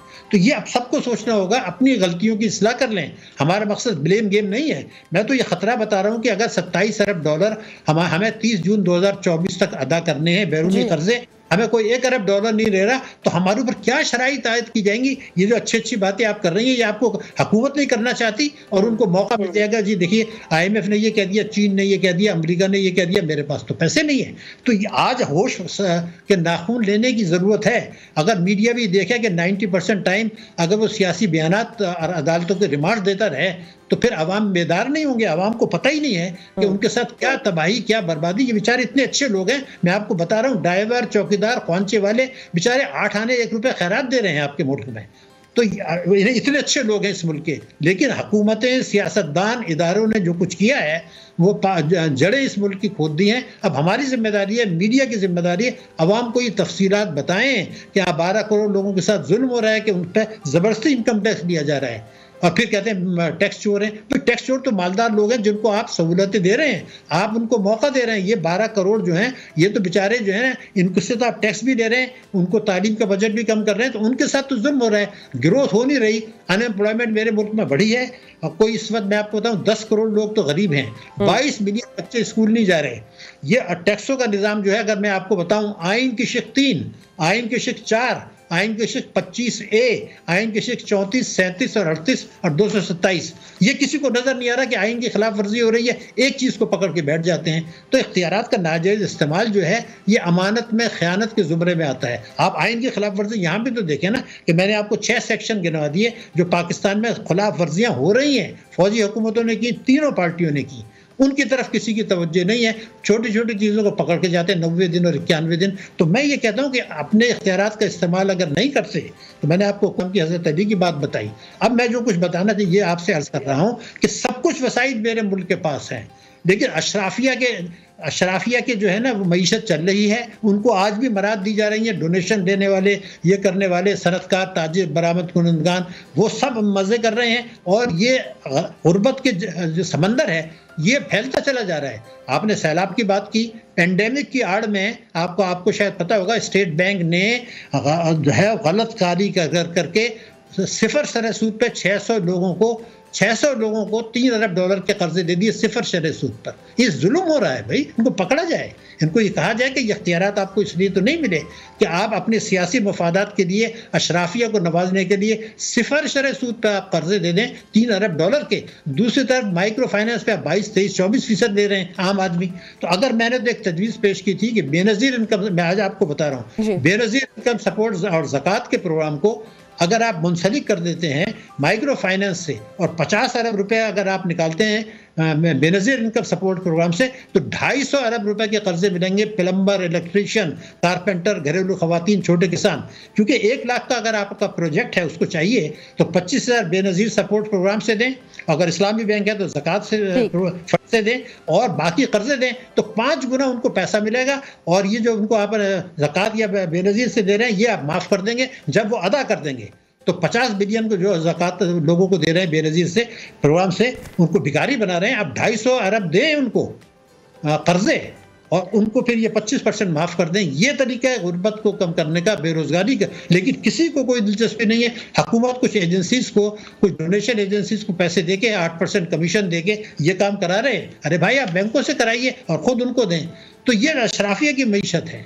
ये और इस्लाम में तो बिल्कुल क्लियर बताया कि सूद की मईशत जुल्म की है। ठीक है, बहुत बहुत शुक्रिया डॉक्टर शाहिद हसन सिद्दीकी साहब। एनालिसिस शेयर कर रहे थे, साथ सजेशंस भी अब शेयर कर रहे थे। प्रोग्राम में नाज़रीन लेंगे एक ब्रेक और ब्रेक के बाद आपको ज्वाइन करेंगे। स्टे विद अस।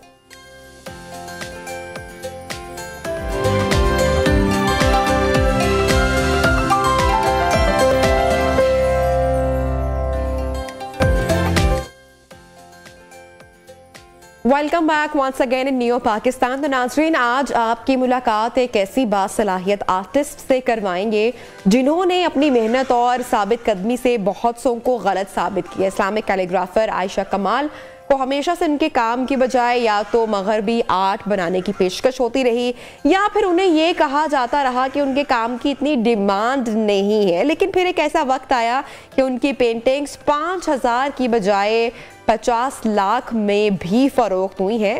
आयशा का ये सफ़र कितना मुश्किल रहा और किस तरह से वो आज इस जगह तक पहुंची हैं, आज हम उन्हीं से जानते हैं। आयशा हमारे साथ इन स्टूडियोस मौजूद हैं। अस्सलाम वालेकुम and good morning Ayesha, very inspiring story. वालेकुम अस्सलाम, थैंक यू, आपने इनवाइट किया। तो मैं सबसे पहले तो अल्लाह ताला का शुक्र अदा करती हूँ कि मुझे शौक था बचपन से।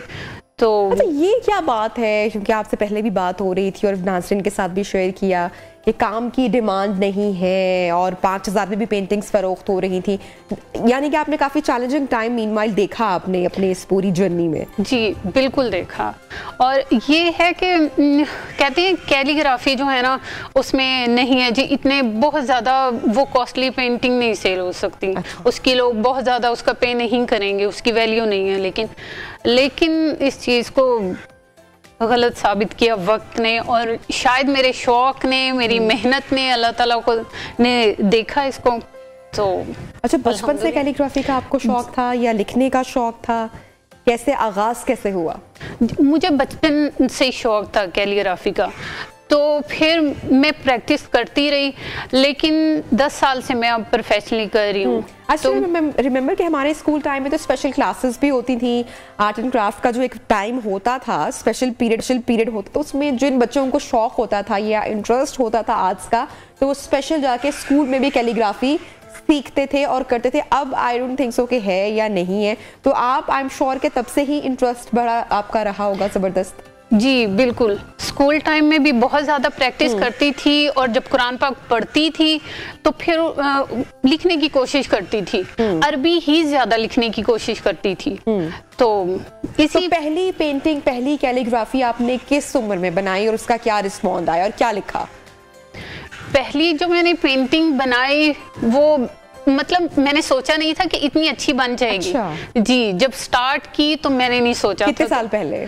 तकरीबन 14 साल पहले। अच्छा, छोटी स्टूडेंट ही होंगी आप? जी बिल्कुल। जी, क्या बनाया था उसमें? मैंने सूरह रहमान ही लिखी थी जी, और अभी वो है घर में, मेरे भाई के रूम में है। तो वो बहुत अच्छी बनी थी क्योंकि मेरी सोच से भी ज्यादा अच्छी। घर वाले भी देखते, सब घर वाले भी कह रहे थे कि ये आपने बनाई है, तो उससे फिर मुझे ज्यादा शौक। अच्छा, मैं चाहूंगी कि हमारे जो कैमरामैन है वो भी जरा जूम इन करके ये पेंटिंग्स जरूर दिखाएं, बल्कि स्क्रीन पर चल भी रही है। बहुत ही खूबसूरत शानदार पीसेस हैं दोनों। ये जो ब्लू वाली पेंटिंग है जी, कितने दिनों ये ब्लू पेंटिंग मुकम्मल की है? ये तकरीबन 10 दिन में बनाई है। उसमें ये है कि दिन को भी काम कर रही हूँ, रात को भी। तो और ये सूरह यासिन का फ्रेम आपने बनाया है, इसकी आयात आपने लिखी है? जी, ये ऑयल पेंट यूज किया है इसके साथ साथ? इसमें मिक्स मीडिया होता है। अच्छा, मिक्स मीडिया जी, इसमें एक्रेलिक कलर भी होते हैं और फैब्रिक भी, ऑयल भी। जबरदस्त। और जो रेड वाली पेंटिंग है इसमें क्या लिखा है? इसमें सूरह रहमान और सूरत यासिन के। कितना वक्त, मिनिमम कितना वक्त, कभी कोई ऑर्डर पर भी आई एम श्योर चीजें आती होंगी आपके पास, तो कितने टाइम में आप इस साइज की कैलीग्राफी तैयार कर लेती है? मैंने बहुत बड़ी पेंटिंग्स बनाई हैं जो गवर्नमेंट के प्रोजेक्ट्स की हैं। तो वो सोशल मीडिया पे बहुत ज़्यादा वायरल हुई थी।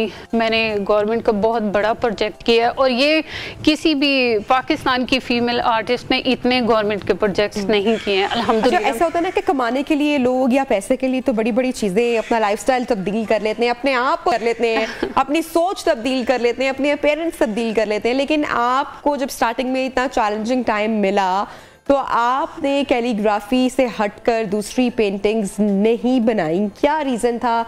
आपका ये शौक था, पैशन था, पैसा कमाने की वो वाली चीज़ ही नहीं थी, अपने लिए सिर्फ करती थी? जी बिल्कुल ऐसे ही था। मुझे बहुत ज़्यादा बोला गया और मैं कर भी सकती थी। एक आर्टिस्ट जिसके हाथ में ये हुनर होता है वो कोई भी आर्ट बना सकता है, ट्राई कर सकता है। तो मुझे बहुत ऑफर्स हुई कि आप ये बनाएं, हम इतना पे करते हैं, ये बनाएं, लेकिन मैंने कहा नहीं, मेरा कैलीग्राफी ही मेरा पैशन है। तो मैंने फिर इसमें ये देखा है कि मैंने सोचा भी नहीं था इतना, इसमें ही अल्लाह ताला ने मुझे इतना रिस्क दे दिया ना। तो सबसे महंगी पेंटिंग्स आपकी अभी तक की पेंटिंग ऐसी कौन सी है जो सबसे महंगी फरोख्त हुई हो? और वो जो मैंने गवर्नमेंट का प्रोजेक्ट किया और जो मैंने यूरोप में एग्जीबिशन किया। अच्छा, कितने पैसे कमाए आपने उससे, एक पेंटिंग से? मिलियंस में। मिलियंस है। कुछ बताना चाहेंगे, शेयर करना चाहेंगे हमारे साथ नंबर? आई एम श्योर बहुत सारे लोग आपको भी देख रहे होंगे, उनको भी बड़ी मोटिवेशन मिल रही होगी। तो जी 1 करोड़ में गई थी एक पेंटिंग। जी दैट्स अमेजिंग, जो यूरोप में आपने डिस्प्ले की जी थी। जी जबरदस्त। और वो क्या आपने बनाया था? वो सूरह रहमान थी जी। इसी तरह से आपने की थी वो मॉडर्न आर्ट में इसको कैलीग्राफ किया था? बिल्कुल। That's amazing. तो वो इतना अच्छा रिस्पॉन्ड आपको जब मिला होगा तो वो आपके लिए सरप्राइजिंग था या बहुत, आई एम श्योर बहुत खुशी का लम्हा होगा? एक्सपेक्ट किया था कि ये यहाँ तक? नहीं, मैंने नहीं सोचा था। अच्छा, बिल्कुल भी नहीं सोचा था। और मैं तो उससे ज़्यादा कि जो मुझे इतने ये कॉस्टली पेंटिंग है उसके पैसों से ज़्यादा मुझे जो इज्जत मिल रही है, ठीक है, पाकिस्तान आके जो इतने इंटरव्यूज हुए, इतनी इज्जत मिल रही है, वो मेरे लिए ज़्यादा खुशी है। तो उस खुशी से तो मैं रोने लग जाती हूँ। वो जो आपकी पेंटिंग आपने बताया कि 1 करोड़ रुपए में फरोख्त हुई, वो किसी मुस्लिम फैमिली ने खरीदी, आप उनको जानती थी, आपसे उनकी मुलाकात हुई, उन्होंने कहा आर्टिस्ट से मिलना, या बस सेल हो गई? नहीं, वो मैं उनको जानती नहीं थी, लेकिन जब उन्होंने खरीदी है तो बाद में उनसे फिर मुलाकात हुई। ठीक है, वो सारी फैमिली अभी भी मुझसे बात करते हैं। मुस्लिम फैमिली थी? जी। अच्छा। लेकिन वो रहते वहाँ ही थे ना। ठीक। अच्छा, ये बताएं कि अब आप इतना अच्छा काम कर रही हैं तो कुछ आपके स्टूडेंट्स भी हैं, सिखाती भी हैं, कोई एकेडमी बनाने का भी सोच रही हैं या सिर्फ अपने शौक की हद तक रखेंगी इसको? नहीं, मैं सिखाना चाहती हूँ, बल्कि बहुत ज़्यादा लोग कहते हैं, लेकिन टाइम नहीं होता। अभी मैं काफ़ी प्रोजेक्ट्स पे काम कर रही हूँ, काफ़ी मेरी एग्जीबिशन है अमेरिका में, दुबई में, तो इसलिए उन पे काम कर रही हूँ। अच्छा, कैलीग्राफी तो आप कमाल की कर रही हैं। एब्स्ट्रैक्ट आर्ट बनाने की अगर डिमांड आई एम श्योर आपकी बहुत होगी, क्योंकि मैं देखती हूँ जितनी नफासत से, जितनी खूबसूरत पेंटिंग आपने कैलीग्राफ की है, तो एब्स्ट्रैक्ट आर्ट भी आप बहुत ज़बरदस्त करती होंगी। हाँ बिल्कुल कर सकती हूँ, लेकिन इसमें इतना काम होता है ना। देखिए, ये काम ऐसा है क्योंकि मैं इतना दिल से करती हूँ ना कि मुझे टाइम का भी पता नहीं चलता। आयशा, कोई आपके उस्ताद रहे, कोई टीचर आपके रहे, आपने किससे सीखा या गॉड गिफ्टेड है? पहले तो शौक ही बहुत ज़्यादा था, तो उसको थोड़ा और अच्छा करने के लिए मैंने आमिर कमाल साहब से सीखा। अच्छा, उन्होंने फिर आपको सिखाया? कितना अर्सा आपने उनसे ट्रेनिंग ली, तरबियत ली? मैंने कुछ अर्सा, तकरीबन 1 साल, लेकिन मैंने उनके काम में उनका काम बहुत ज़्यादा साथ करवाया ना, तो उसमें मुझे बहुत ज़्यादा प्रैक्टिस हो गई। जबरदस्त। तो आपके पास भी कोई असिस्टेंट्स वगैरह मौजूद हैं वैसे हेल्प करने के लिए, या सब कुछ आप A to Z खुद करती हैं? नहीं, सोशल मीडिया वगैरह हैंडल करने के लिए मेरी मैनेजर है, लेकिन बाकी मैं खुद ही करना पसंद करती हूँ। सही। तो ज़्यादातर जो लोग आपको ऑर्डर्स करते हैं, किस तरह की डिमांड करते हैं, क्या पसंद करते हैं, क्या बनवाते हैं? ज्यादातर ये अपनी पसंद की सूरत, कलर जो है अपनी मर्जी के बताते हैं समटाइम। बिल्कुल, अपनी वो इंटीरियर के हिसाब से ना, और साइज भी अपने घर के हिसाब से। कुछ होते हैं बहुत बड़ी पूरी वॉल पे लगाना पसंद करते हैं, और कुछ, यानी आयशा भाई काम बंदा तो आपकी पेंटिंग्स अफोर्ड नहीं कर सकता है, या उनके लिए भी कुछ आपने कुछ ऐसी पेंटिंग्स रखी हुई हैं जो थोड़ी सी लो प्राइस की हैं? जी बिल्कुल। ठीक। अच्छा, इसके अलावा और क्या शौक है? मुझे बस सबसे ज्यादा तो यही कैलीग्राफी शौक का ही है। जी। अगर वो आर्टिस्ट जो होता है उसके साथ और भी काफी सारे हुनर होते हैं, स्कल्पचर भी बड़ा अच्छा बना लेते हैं। अगर जी। आप आर्ट एंड आर्ट्स के डिपार्टमेंट्स में जाएं तो हमें बहुत सारी चीजें हो। इसके अलावा भी आप कुछ करती हैं? मुझे शौक है कि मैं दूसरों का आर्ट भी कलेक्ट करती हूँ। अच्छा जी। वो किस सूरत में? मतलब किसी की पेंटिंग मुझे बहुत अच्छी लगी कि हाँ मैं आर्टिस्ट हूँ, तो ये नहीं कि बस मुझे अपने काम से है।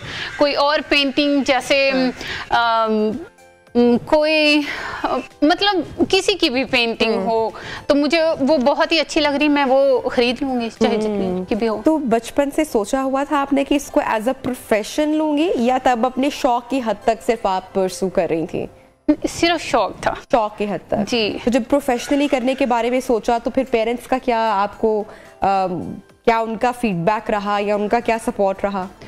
स्टार्ट में तो वो कहते थे कि नहीं। अच्छा, क्यों? रीजन क्या रही उनकी? बस ये था कि सिर्फ घर वालों के नहीं, यहाँ पे ये है कि आर्टिस्ट भी चाहते हैं कि कोई लड़की जो है वो हमसे आगे क्यों जाए।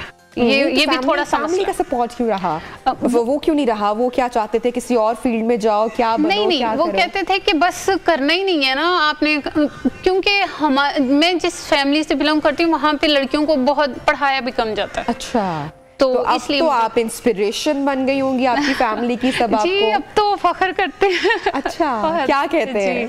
अब तो कहते हैं कि ये हमारी बेटी है, तो हाँ, कहते हैं उसको पेंटिंग आर्ट का पीस बना के हमें भी गिफ्ट कर दो, ऐसा होता होगा, आई एम श्योर होता होगा। जी बिल्कुल। जबरदस्त। तो जो लड़कियां आपको देख रही हैं, जो बच्चे आपको देख रहे हैं, जो स्टूडेंट्स आपको देख रहे हैं, जिनको इंटरेस्ट है, तो उनको क्या आप टिप्स देना चाहोगी कि कैसे वो अपनी इस एबिलिटी को मजीद एनहांस कर सकते हैं, पॉलिश कर सकते हैं?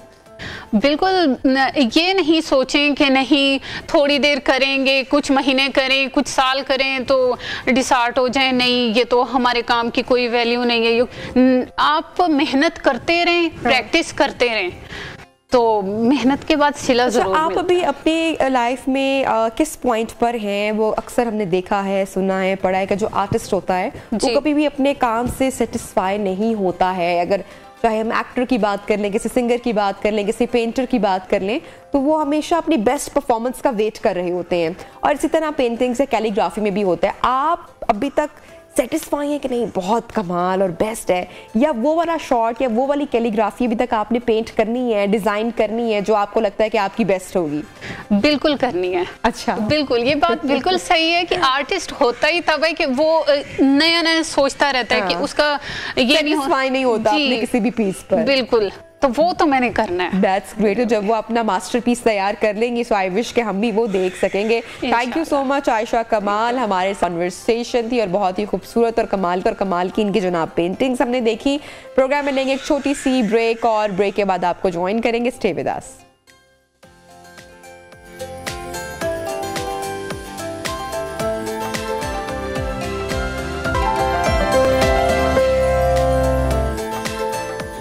Welcome back once again in neo Pakistan. और अब कुछ बात करेंगे पाकिस्तान में नाज़रीन मंकी पॉक्स के 2 केसेस सामने आए हैं। विफाकी वजारत सेहत के हुकाम के मुताबिक सऊदी अरब से बेदखल किए जाने वाले शख्स और जहाज में उसके साथ बैठे हुए दूसरे मुसाफिर में मंकी पॉक्स की तस्दीक हुई है। और वजारत सेहत के सीनियर हुकाम ने यह बताया कि सऊदी अरब से 17 अप्रैल को पाकिस्तान आने वाले शख्स में मंकी पॉक्स की अलामात थी, जिसके बाद उस शख्स को Pakistan institute of medical sciences में तिब्बी मुआयने की हिदायत के लिए भेजा गया। मजीद जानेंगे इस हवाले से हमारे साथ इन कॉन्वर्सेशन होंगी डॉक्टर फलक कादिर, पब्लिक हेल्थ एक्सपर्ट हैं। और इसके साथ साथ मलेरिया भी एक बार फिर से बहुत सर उठा रहा है, तो मलेरिया की जो एहतियात है इस हवाले से भी हम बात करेंगे। लेकिन सबसे पहले जिक्र करते हैं मंकी पॉक्स के हवाले से। Doctor Falak, thank you so much, आपने टाइम निकाला for our programme. Monkey pox है क्या और इसके सिम्टम्स, अलामात क्या हैं? जी, जिस तरह हम बचपन से सुनते हैं स्मॉल पॉक्स, इसी तरह मंकी पॉक्स भी एक जो है वायरल डिजीज़ है जो स्किन को ज़्यादातर इफ़ेक्ट करती है। बट इसमें जो है हम लोग पेशेंट को आइसोलेटेड इसलिए रखते हैं कि ये कंटेजियस बीमारी है, यानी कि ये फैलने वाली बीमारी है। जिस तरह कोविड था और वायरल इन्फेक्शन ज़्यादातर ये होता है कि 1 पर्सन टू अनदर पर्सन बहुत ईजीली जो है स्प्रेड होता है। तो दैट्स वाई हम इसमें पेशेंट्स को जो है आइसोलेशन में रखते हैं ताकि एक फर्द से दूसरे फर्द को मुंतकिल ना हो। अच्छा ठीक है, ये बच्चों के लिए भी कंटेजियस है ऑब्वियसली, और क्या उनके लिए डेंजरस भी है, और कितनी उम्र के बच्चों के लिए? देखें, सारे जितने भी हमारे ह्यूमन बीइंग हैं या तो फिर एनिमल्स, सब में मंकी पॉक्स जो है वो हो सकता है। It's not deadly virus. बहुत ज़्यादा अगर कोई इम्यूनो कॉम्प्रोमाइज पेशेंट है या कोई अंडरलाइन कॉज है ऑलरेडी पेशेंट को, तो it can be fatal, but इससे मोर्टेलिटी नहीं देखी गई है। It's not deadly virus. So but यह है कि बड़ा इरिटेबल होता है, स्किन डिसऑर्डर है, और इसके साथ साथ जो है इरिटेबिलिटी, ये रैशेस स्किन पर जो है वो नोड्यूल्स हो जाते हैं, तो इसीलिए जो है ये काफ़ी परेशान कुन बीमारी है। अच्छा ठीक है, तो डॉक्टर साहब जिस तरह से आप बता रही हैं कि बहुत कोई डेडली वायरस नहीं है, कंटेजियस है, कितने दिन तक इसके सिम्टम्स लास्ट करते हैं, कितने दिन तक रहते हैं? फीवर भी इसमें होता है, उसके बाद रिकवरी टाइम जो है वो कितनी देर का है? देखें, अगेन मैं कहूँगी डिपेंड पर्सन टू पर्सन। अगर किसी की इम्यूनिटी बहुत अच्छी है तो उसको 2 से 3 दिन फीवर रहेगा, एंड देन आहिस्ता आहिस्ता वो जो है बेहतरी की तरफ आएगा। कुछ बच्चों में जो है वो इसकी शिद्दत 14 डेज भी देखी गई है, and after that there is a virus, so body itself खुद इम्यूनिटी जो है वो डेवलप कर लेती है। और अगर हम होम, मैं कहूँगी कि ज़्यादातर लोग जो है घरों में जो है इसका ट्रीटमेंट करते हैं, या फिर डॉक्टर्स भी यही तजवीज़ करते हैं कि घर में रहकर आप जो है वो ख्याल करें बच्चों को, बड़ों को। सो एंटीहिस्टामिन जो है वो ले सकते हैं फॉर इरिटेबिलिटी एंड रैशेस, और अगर स्कैबिस हो रही, खारिश हो रही है, तो एंटीहिस्टामिन एंड एडविल ले सकते हैं। एंड इसके साथ साथ जो एसिटामिनोफेन, जो हम एंटीपेरेटिक जो दवाइयाँ होती हैं जो फीवर के लिए दी जाती हैं, mostly Panadol, ibuprofen, these all thing we can give to the patient, symptomatically treat करेंगे। स्किन के ऊपर वैसलीन लगाएं, या कोई भी मॉइस्चराइज़र जो केमिकल सिंथेसिस ना हो वो यूज़ कर सकते हैं, ताकि ज़्यादा खारिश ना हो। ज़्यादा जो है वो बच्चों में भी, बच्चे बड़े बेचैन हो जाते हैं, तो हम इसको इस तरह जो है वो साइडली ट्रीट कर सकते हैं। ठीक है डॉक्टर साहब, इसकी ट्रीटमेंट इजी है जैसे कि आप बता भी रही हैं, बच्चों के लिए भी क्योंकि बच्चों को इतनी हैवी मेडिकेशंस नहीं देते हैं, तो अगर बच्चों में खुदा ना खास्ता ये ट्रांसफ़र होता है तो बच्चों के लिए क्या एहतियात है या ट्रीटमेंट है? देखिए, बच्चों के लिए भी same as like for adults, के बच्चों में भी जो है हम हाइड्रेशन का बड़ा ख्याल रखेंगे, पानी का इस्तेमाल, सिट्रस जो है वो फ्रूट्स का इस्तेमाल, एंड देन इसके साथ साथ जो है स्किन के ऊपर मॉइस्चराइज़र, और बच्चों को अगर फीवर ज़्यादा है तो एसिटामिनोफेन दी जा सकती है। ऑन दी अदर हैंड, आपके प्लेटफॉर्म से एक और बात भी कहूँगी कि मंकी पॉक्स की जो वैक्सीन है वो अवेलेबल है। इसके दो डोजेस दिए जाते हैं। I am residing here in the USA, so यहाँ पर तो जो है बहुत सारे लोग इसकी वैक्सीन जो है वो लगाते हैं। अब अगर पाकिस्तान में भी आउटब्रेक हुआ है तो ऑफ कोर्स गवर्नमेंट जो है ये इकदाम लेगी इन फ्यूचर के मंकी पॉक्स की वायरस की जो वैक्सीन है वो इंट्रोड्यूस की जाएगी इन पब्लिक। ठीक है।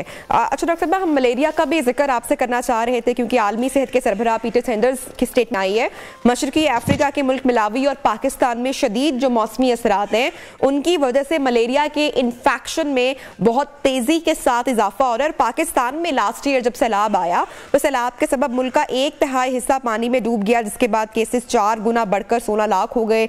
दोनों ममालिक मलावी और पाकिस्तान में पानी के तालाब बन गए, जहाँ पर मलेरिया वाले मच्छरों की अफजाइश ऑब्वियसली एक मिसाली जगह बन गई, और फिर यूं डिजास्टर्स के सबब केसेस में ड्रामाई तौर पर इजाफा हुआ है। तो ठोस इकदाम करने की जरूरत है। मलेरिया का सबसे ज्यादा खतरा 5 साल से कम उम्र के बच्चों और हामला खवातीन है, जिनकी मौत बड़ी हद तक देर से तशखीस और इलाज शुरू होने से होती है। इसका मतलब है कि आपको हर गांव में कम्युनिटी हेल्थ वर्कर्स की जरूरत है, जिनके पास टेस्ट और इलाज के लिए भी आलात मौजूद हों। डॉक्टर फलक, मलेरिया की तशखीस क्या है और इसका इलाज कितना मुमकिन है? सबसे पहले तो मैं खैर सिम्टम्स भी आपसे जानना चाहूंगी, उसके बाद इलाज की जाने बात करते हैं। जी, बहुत आपने अहम बात अपने प्रोग्राम के थ्रू लोगों का अवेयर किया एंड देन बहुत अच्छी बात यह है कि प्रिवेंशन के ऊपर बात की जा रही है कि जिस तरह अलार्मिंग सिचुएशन है WHO ने भी आगाही दी है। सो देखिए, सबसे पहले तो लोगों को इस चीज़ के लिए अवेयर होना चाहिए कि मलेरिया के जो सिम्टम्स हैं वो दूसरे जो कंटेजियस बीमारियां उनसे मिलते जुलते हैं, बट एक चीज़ जो है वो डिफरेंट होती है कि चिल्स फील होता है मलेरिया में, यानी ठंड बहुत ज़्यादा लगती है और इसका जो फीवर है वो साइकिल के साथ आता है, यानी कि सुबह को फीवर कम होगा, रात को जो है वो शिद्दत बढ़ जाएगी, हाई ग्रेड फीवर हो जाएगा, स्किन पे सम टाइम रैशेस देखे गए हैं और इसके साथ साथ जो है वो वॉमिटिंग भी होती है पेशेंट्स में और सम टाइम जो है मतली की अलामत है और बहुत ज़्यादा सिवियर जॉइंट पेन होता है पेशेंट को, यानी कि जोड़ों में दर्द होगा। सो अगर किसी भी पेशेंट को जब आउटब्रेक हुआ है, पेंडेमिक है, तो सबसे पहले अलार्म यही होना चाहिए कि हो सकता है मलेरिया हो तो मलेरिया का एमपी टेस्ट करवा लें और उसके साथ साथ मलेरिया के पैरासाइट की जो है वो लाइक कि ये अलग अलग अच्छा, तो डॉक्टर फलक, मलेरिया की कोई वैक्सीनेशन मौजूद है? ये जानलेवा कब होता है? जी, वैक्सीनेशन इन सच जो है इन डेवलपिंग कंट्रीज मेरे ख्याल से अभी तक नहीं है। जानलेवा जो है ये जब होता है जब इसको आप ट्रीट करें आफ्टर 4 to 5 days। सो ये आपके ब्लड के अंदर शामिल हो के एंड देन पूरी बॉडी में जो है वो इन्फेक्शन स्प्रेड करता है, तो ये मोर्टेलिटी केसेस जो है इसके देखेंगे। इन आपने खुद भी बताया कि बच्चों के अंदर जो मोर्टेलिटी है उसका रेट बहुत ज्यादा हाई इन पाकिस्तान। ठीक है, अच्छा, बच्चों के इनिशियल सिम्टम्स किस तरह से हैं और फौरी तौर पर डॉक्टर के पास ले जाया जाए? जी, ऑफ कोर्स इनिशियल सिम्टम्स यही है हाई ग्रेड फीवर। अगर किसी भी बच्चे को जो है 3 दिन से ज्यादा हाई ग्रेड फीवर है, साथ में जोड़ों में शदीद दर्द है, बच्चा बहुत ज्यादा बेचैनी की जो है वो कंप्लेन कर रहा है, साथ साथ में उसको गैस्ट्रो इंटेस्टिनल जो है वो भी अपसेट हुआ है। सो फर्स्टली ये अलार्म है कि आपको रश करना चाहिए बच्चों के मॉलिज के पास एंड देन आपको टेस्ट करवाना है। एंड मैं यही कहूँगी प्लीज सेल्फ मेडिकेशंस ना करें, क्योंकि मलेरिया का जो इन्फेक्शन है वो उसके वेरिएंट हैं। समटाइम जो है अलग किस्म का वेरिएंट बॉडी को इफेक्ट करता है, समटाइम वो आपके टेस्ट के बाद ही पता चलता है कि आपको कौन सी वाली दवा अभी देनी है और कौन सी वाली आपके बॉडी में असर करेगी। सबसे पहले तो एक पब्लिक सर्विस मैसेज पे मैं चाहूंगी कि आप जरूर दीजिएगा, बहुत सारे लोग आपको सुन रहे हैं कि हमें ख्याल करने की जरूरत है क्योंकि डेंगू भी सर उठाता है, मलेरिया भी मच्छर से ऑब्वियसली मॉस्किटो बाइट से ये फैलता है। पानी घर के बाहर या घर के आसपास क्लीननेस का ख्याल रखना चाहिए। जो बड़े बुजुर्ग हैं या जो बच्चे हैं नेट का इस्तेमाल करना चाहिए, कोशिश करनी चाहिए कि घरों के जो दरवाजे खिड़कियां हैं वो बंद हो। जी, बहुत ज़बरदस्त सवाल आपका है कि जो है हमें इंफ्रास्ट्रक्चर के ऊपर बहुत काम करने की ज़रूरत है प्राइमोडियल लेवल पर। एंड अगेन घर के बाहर घर के अंदर पानी खड़ा रहने ना दें और गर्मियां हैं चौके तो दरवाजे खिड़कियां बंद करना थोड़ा से जो है वो मुश्किल भी हो सकता है, बट कोशिश की जाए कि जो रात का टाइम है उसमें आप दरवाजे खिड़कियां बंद करें, क्योंकि उसमें मच्छर जो है वो ज्यादा घर में आते हैं। और दूसरी जानिब स्प्रे जो है वो बहुत ज़रूरी है, घर में आप स्प्रे करते रहें और जो है उसके साथ साथ नेट का इस्तेमाल बहुत ज़रूरी है। स्कूल में जो है बच्चे जाते हैं तो स्कूल की जो इंतज़ामिया है या जो इनकी मैनेजमेंट है उनको ज़रूर बच्चों का ख्याल रखना चाहिए, स्प्रे स्कूल के अंदर करवाते रहें। And then you have to give the education to the parents and children as well। बहुत बहुत शुक्रिया डॉक्टर फलक कादिर, हमारे साथ इन कॉन्वर्सेशन थी मंकी पॉक्स और मलेरिया से हमारे साथ इंफॉर्मेशन शेयर कर रही थी। नाज़रीन, प्रोग्राम का टाइम इसके साथ ही खत्म हो रहा है। कल इंशाल्लाह आपसे मुलाकात होगी, अपना बहुत सारा ख्याल रखिए, अल्लाह हाफिज।